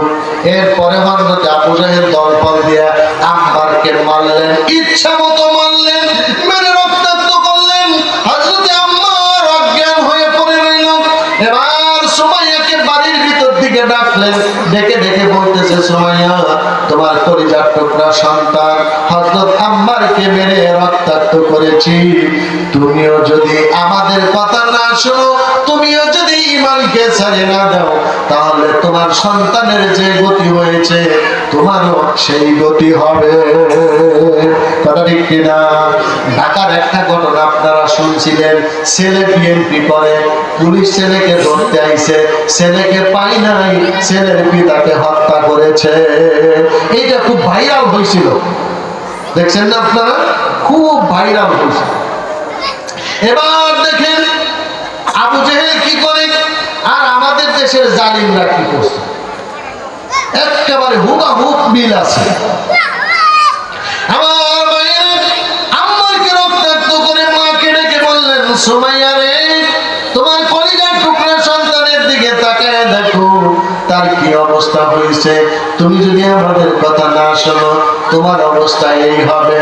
এবার সুমাইয়া রাদিয়াল্লাহু তাআলা আনহা তিনি বলতেছেন, আবু জেহেল, তুমি কি আমাকে ভয় দেখাতে চাচ্ছ?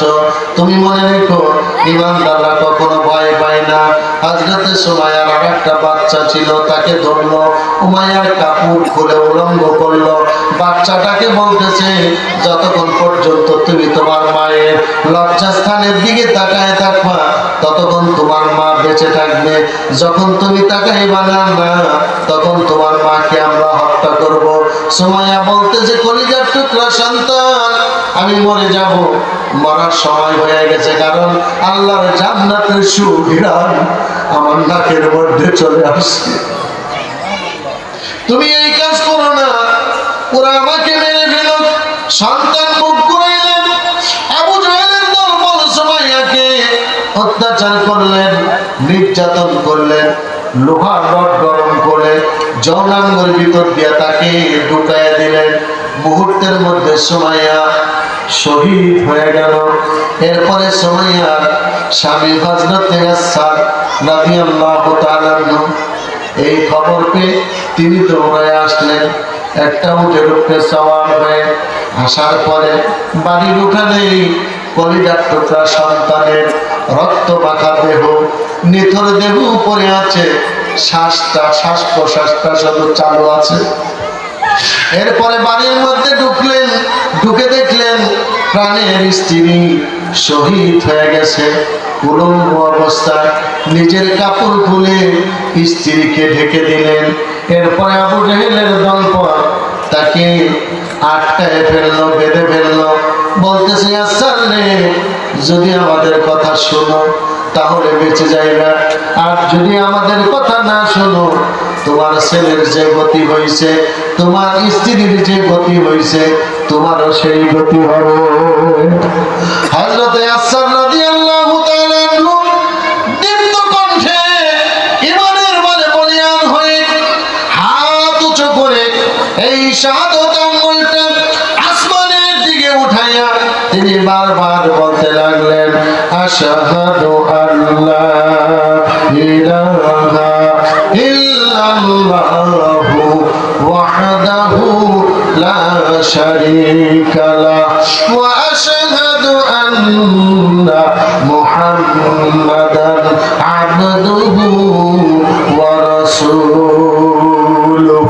এইভাবে বারবার সাক্ষ্য দিতে লাগলেন, আমি সাক্ষ্য দিতেছি আল্লাহ ছাড়া আর কোনো ইলাহ নাই, আল্লাহ ছাড়া আর কোনো মাবুদ নাই, আল্লাহ ছাড়া আর কোনো মাওলা নাই, আল্লাহ ছাড়া আর কোনো দরদি নাই, আল্লাহ ছাড়া আমার উপাসনা করার আর কেউ নাই। আমি সাক্ষ্য দিচ্ছি মুহাম্মদ সাল্লাল্লাহু আলাইহি সাল্লাম আল্লাহর প্রেরিত রাসূল, আল্লাহর প্রেরিত বান্দা, আল্লাহর প্রেরিত রাসূল, আল্লাহর প্রেরিত রাসূল। বারবার এই কথা বলতেছিল। আবু জেহেল গরম হয়ে গেল। এরপরে আবু জেহেল বলতেছে, এই ইয়াসারকে শক্ত করে বাঁধো, একটা পাও ইয়াসারের ওর উটের সঙ্গে বাঁধো, আর একটা পাও আমার উটের সাথে বাঁধো। এবার হযরত ইয়াসারের দুইটা পাও দুইটা উটের সাথে শক্ত করে টাইট করে বেঁধে দিলেন। এরপরে আবু জেহেল হুকুম দিলেন, দুইটা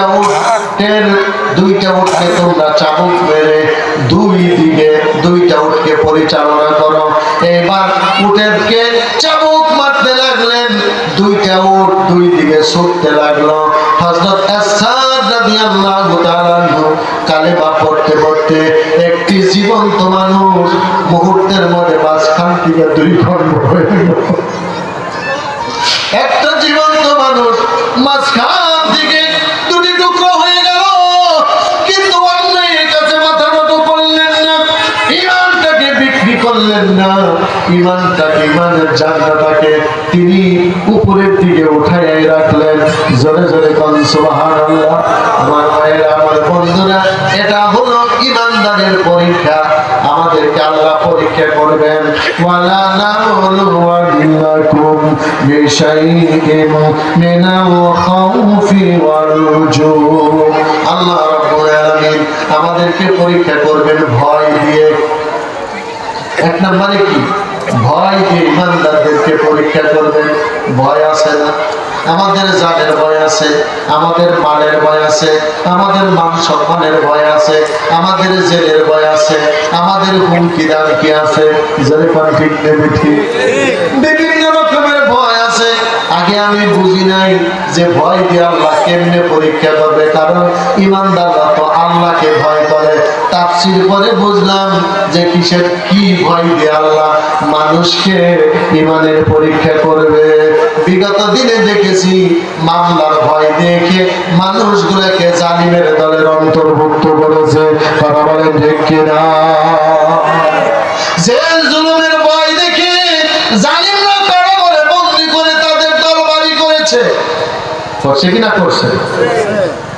এবং যারা এই ভয় করে নাই তাদেরকে ক্ষুধা দিয়ে কষ্ট করেছে। আপনারা দেখেন নাই, গুম করে করে কত মানুষগুলোকে নবীকে আয়না করে রেখেছে, কত কঙ্কাল আমরা দেখেছি, আমরা শুনেছি, পেপার পত্রিকায় পড়েছি, এমন এমন মানুষ আছে তাদেরকে ওই গুহায় ধরে নিয়ে গেছে, আর কোনোদিন তাদেরকে পানিও দেয় নাই, খাবারও দেয় নাই।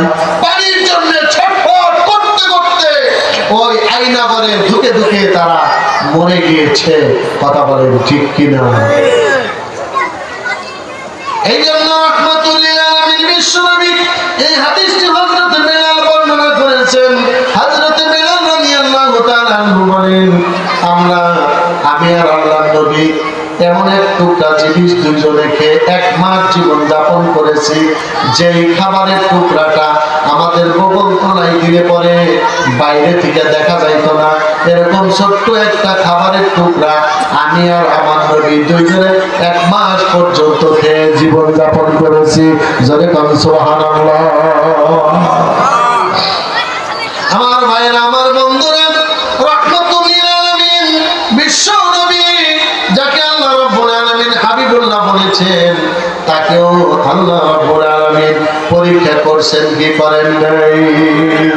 হযরত ওমর রাদিয়াল্লাহু তাআলা আনহু, আল্লাহর নবী একদিন মসজিদে নববীতে বসে আছে, পাওটা এরকম করে একটা উঁচু পাথরের উপরে নবীজি বসে আছে, অথবা একটা ফুলের উপরে বসে আছে। আল্লাহর নবী এই গিরার উপরে কাপড়টা এরকম একটু উঁচা হয়েছে, পায়ের টাকনুটিটা একটু উপর দিকে উঠেছে। হযরত ওমরের ঠিক ওই জায়গাটায় চোখ পড়েছে। এবার হযরত ওমর বলতেছি, ইয়া রাসূলুল্লাহ, এই যে আপনার পায়ের মধ্যে কালো কালো দাগ, ছোট ছোট গর্ত, আপনার কি জীবনে কোনোদিন পচারি হয়েছিল? নবীজি বলে, না রে ওমর, আমার তো কোনোদিন পচারি হয় নাই। এইবার ওমর বলতেছে, নবীজি গো, আপনার কি গুটি বসন্ত হয়েছিল? কয় না, আমার তো জীবনে কোনোদিন গুটি বসন্ত হয় নাই। কয় তাহলে আপনার এত সুন্দর চেহারার মধ্যে এই যে কালো কালো দাগ, ছোট ছোট গর্তগুলো, এগুলা কিসের আমি জানতে চাই। এই কথা ওমর প্রশ্ন রাখলেন। কিছুক্ষণ পরে ওমর বলে, আমি রাহমাতুল্লিল আলামিনের মুখের দিকে তাকায় দেখি চোখের পানিগুলো পড়তেছে, দাড়ি ভিজে ভিজে রাসূলুল্লাহর জামা মুবারক ভিজে যাচ্ছে। জোরে বলো আল্লাহু আকবার। আমি বললাম, ইয়া রাসূলুল্লাহ, আপনাকে কষ্ট দেওয়ার জন্য আমি এই প্রশ্ন করি নাই, আপনি কেন কাঁদলেন? আল্লাহর নবী বলতেছে, ও ইসলামের প্রথম যুগ, তুমি আমাকে যখন প্রশ্ন করেছো, তখন আমার সেই তাইফের ময়দানের কথা মনে পড়ে গেছে। ওমর রে, মক্কার মানুষ আমার কথা শুনলো না। আমি বড় আশা নিয়ে তাইফে গেলাম ইসলাম প্রচার করার জন্য। তাইফে যে আমি সবচাইতে বেশি নির্যাতিত হয়েছি, তাইফবাসী আমাকে সবচাইতে বেশি কষ্ট দিয়েছে, এবং ওই তাইফবাসীর জন্য রাহমাতুল্লিল আলামিন সবচাইতে বেশি দোয়া করেছে। সুবহানাল্লাহ। আমার ভাইরা, আমার বন্ধুরা, নবীজি না খেয়ে থেকেছে, কষ্ট করেছে, রোজা রেখেছে, না খাওয়ার কষ্ট নবীজি উপলব্ধি করেছে। এই জন্য সৌদি আরব বসে বসে, লৌহিত সাগরের পারে বসে বসে আল্লাহর নবী দোয়া করেন আল্লাহর কাছে, আল্লাহ, এই সাগরটা, আরব সাগরটা আমার দেশের মানুষের জন্য তুমি শান্ত করে দাও, কল্যাণকর করে দাও, আর আমার এই বালুর মরুভূমি দেশটাকে খাদ্য সামগ্রী দিয়ে ভরপুর করে দাও, যাতে করে এই দেশের মানুষের খাবারের কোনো কষ্ট না হয়।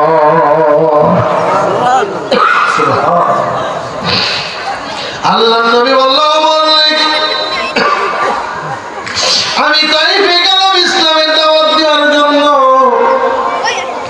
তাইফবাসী আমার কথা শুনলো না। 3 দিন পর্যন্ত দাওয়াত দিলাম, তাইফের কোনো বাড়িতে আমি দাঁড়াইতে পারলাম না, কেউ 1 গ্লাস পানি আমাকে দিল না। আমার ছিল প্রচন্ড পিপাসা, পেটে ছিল প্রচুর ক্ষুধা। আর তাইফের যুবকেরা আমাকে পাথর মেরে রক্তাক্ত করে দিল। ওমর রে, 1 যুবক পাথরগুলা জমা করে, আর একদল যুবক বৃষ্টির মতো পাথরগুলো আমার পায়ের মধ্যে আঘাত করে। আঘাতে আঘাতে জর্জরিত হয়ে গেলাম।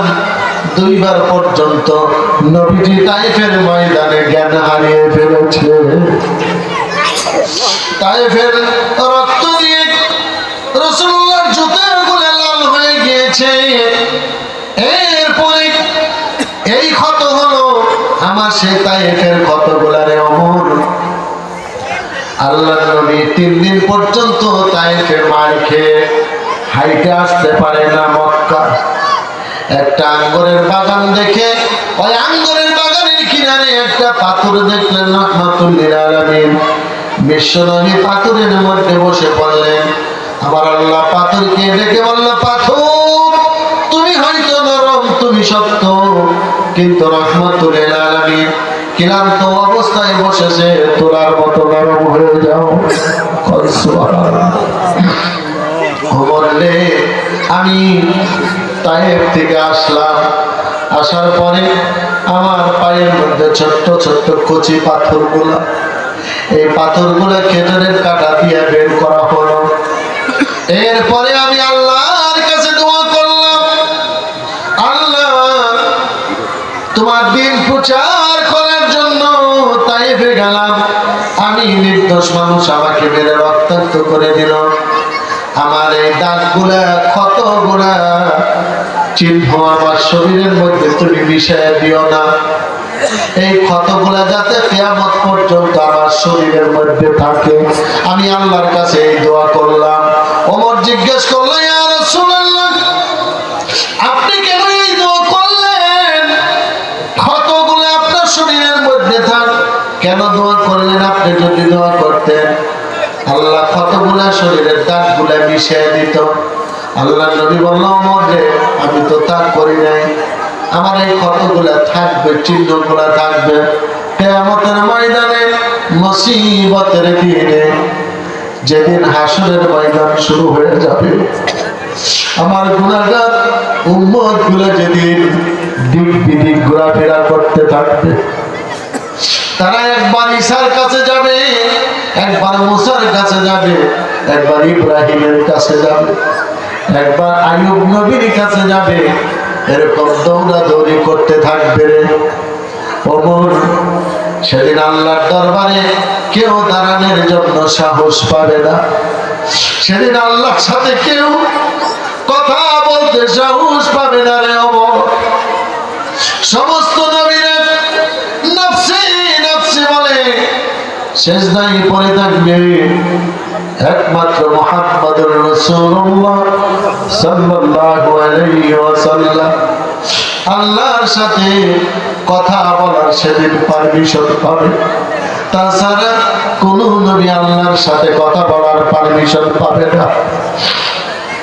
অমরলে ওই দিন আমি আল্লাহর দরবারে আমার এই ক্ষতগুলো পেশ করব, আর আল্লাহকে বলবো, আল্লাহ আমার তো কোনো অপরাধ ছিল না, আমি তো কোনো অন্যায় করিনি, তোমার দিন প্রচার করতে গিয়েছি না, ওরা আমাকে মেরে রক্তাক্ত করেছে। আল্লাহ আমার এক একটা ক্ষতর বিনিময়ে আমার গুনাহগার উম্মতগুলোকে তুমি মাফ করে দাও।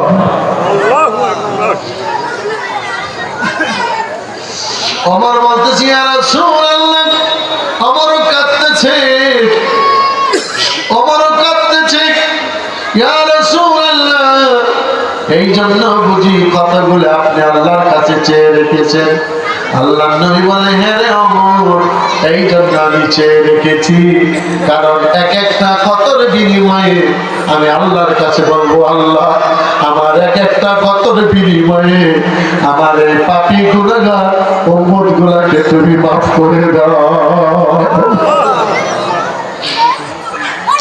এই জন্য হাদিস শরীফের মধ্যে আসছে, সব নবীর জন্য জান্নাতের মধ্যে একটা করে কুরসি সিংহাসন আল্লাহ বানাইছে, আল্লাহর নবী মিরাজে গিয়ে দেখলেন জান্নাতের মধ্যে আল্লাহর নবীর কোনো কুরসি নাই, চেয়ার নাই। নবীর মন খারাপ হয়ে গেল। এবার আল্লাহ বুঝতে পেরে বলল, জিবরাইল, নবীজিকে তুমি জাহান্নামে ভ্রমণে নিয়ে যাও। জাহান্নামের ফাঁস গেটে আল্লাহর নবী সুন্দর একটা কুরসি দেখলেন, একটা সিংহাসন দেখলেন, আর ওই সিংহাসনের মধ্যে লেখা আছে মুহাম্মাদুর রাসূলুল্লাহ সাল্লাল্লাহু আলাইহি ওয়াসাল্লাম। আল্লাহর নবী বলে, আল্লাহ, জান্নাতের মধ্যে আমার চেয়ার নাই, কুরসি নাই, জাহান্নামের ফাঁস গেটে কেন আমার জন্য তুমি চেয়ার বানিয়ে রেখেছো? আল্লাহ উত্তর দেয়, নবী গো, কিয়ামতের ময়দানে মুসিবতের দিনে সমস্ত পয়গম্বররা যখন সিজদায় পড়ে কাঁদতে থাকবে, সির্ফ মুহাম্মদুর রাসূলুল্লাহ ছাড়া আমি আল্লাহর সাথে কেউ কথা বলতে সাহস পাবে না। ওই দিন আপনি উম্মতের জন্য পাগল পারা থাকবেন।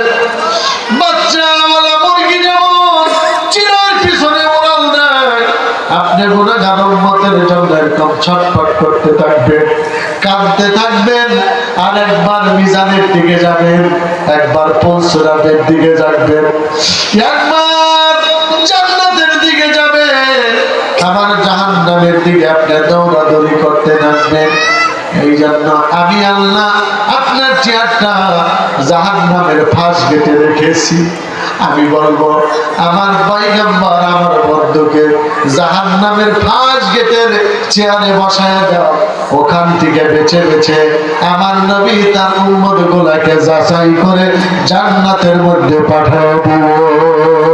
জোরে বলুন সুবহানাল্লাহ। লা ইলাহা ইল্লাল্লাহ, লা ইলাহা ইল্লাল্লাহ, লা ইলাহা ইল্লাল্লাহ, লা ইলাহা ইল্লাল্লাহ, লা ইলাহা ইল্লাল্লাহ, লা ইলাহা ইল্লাল্লাহ,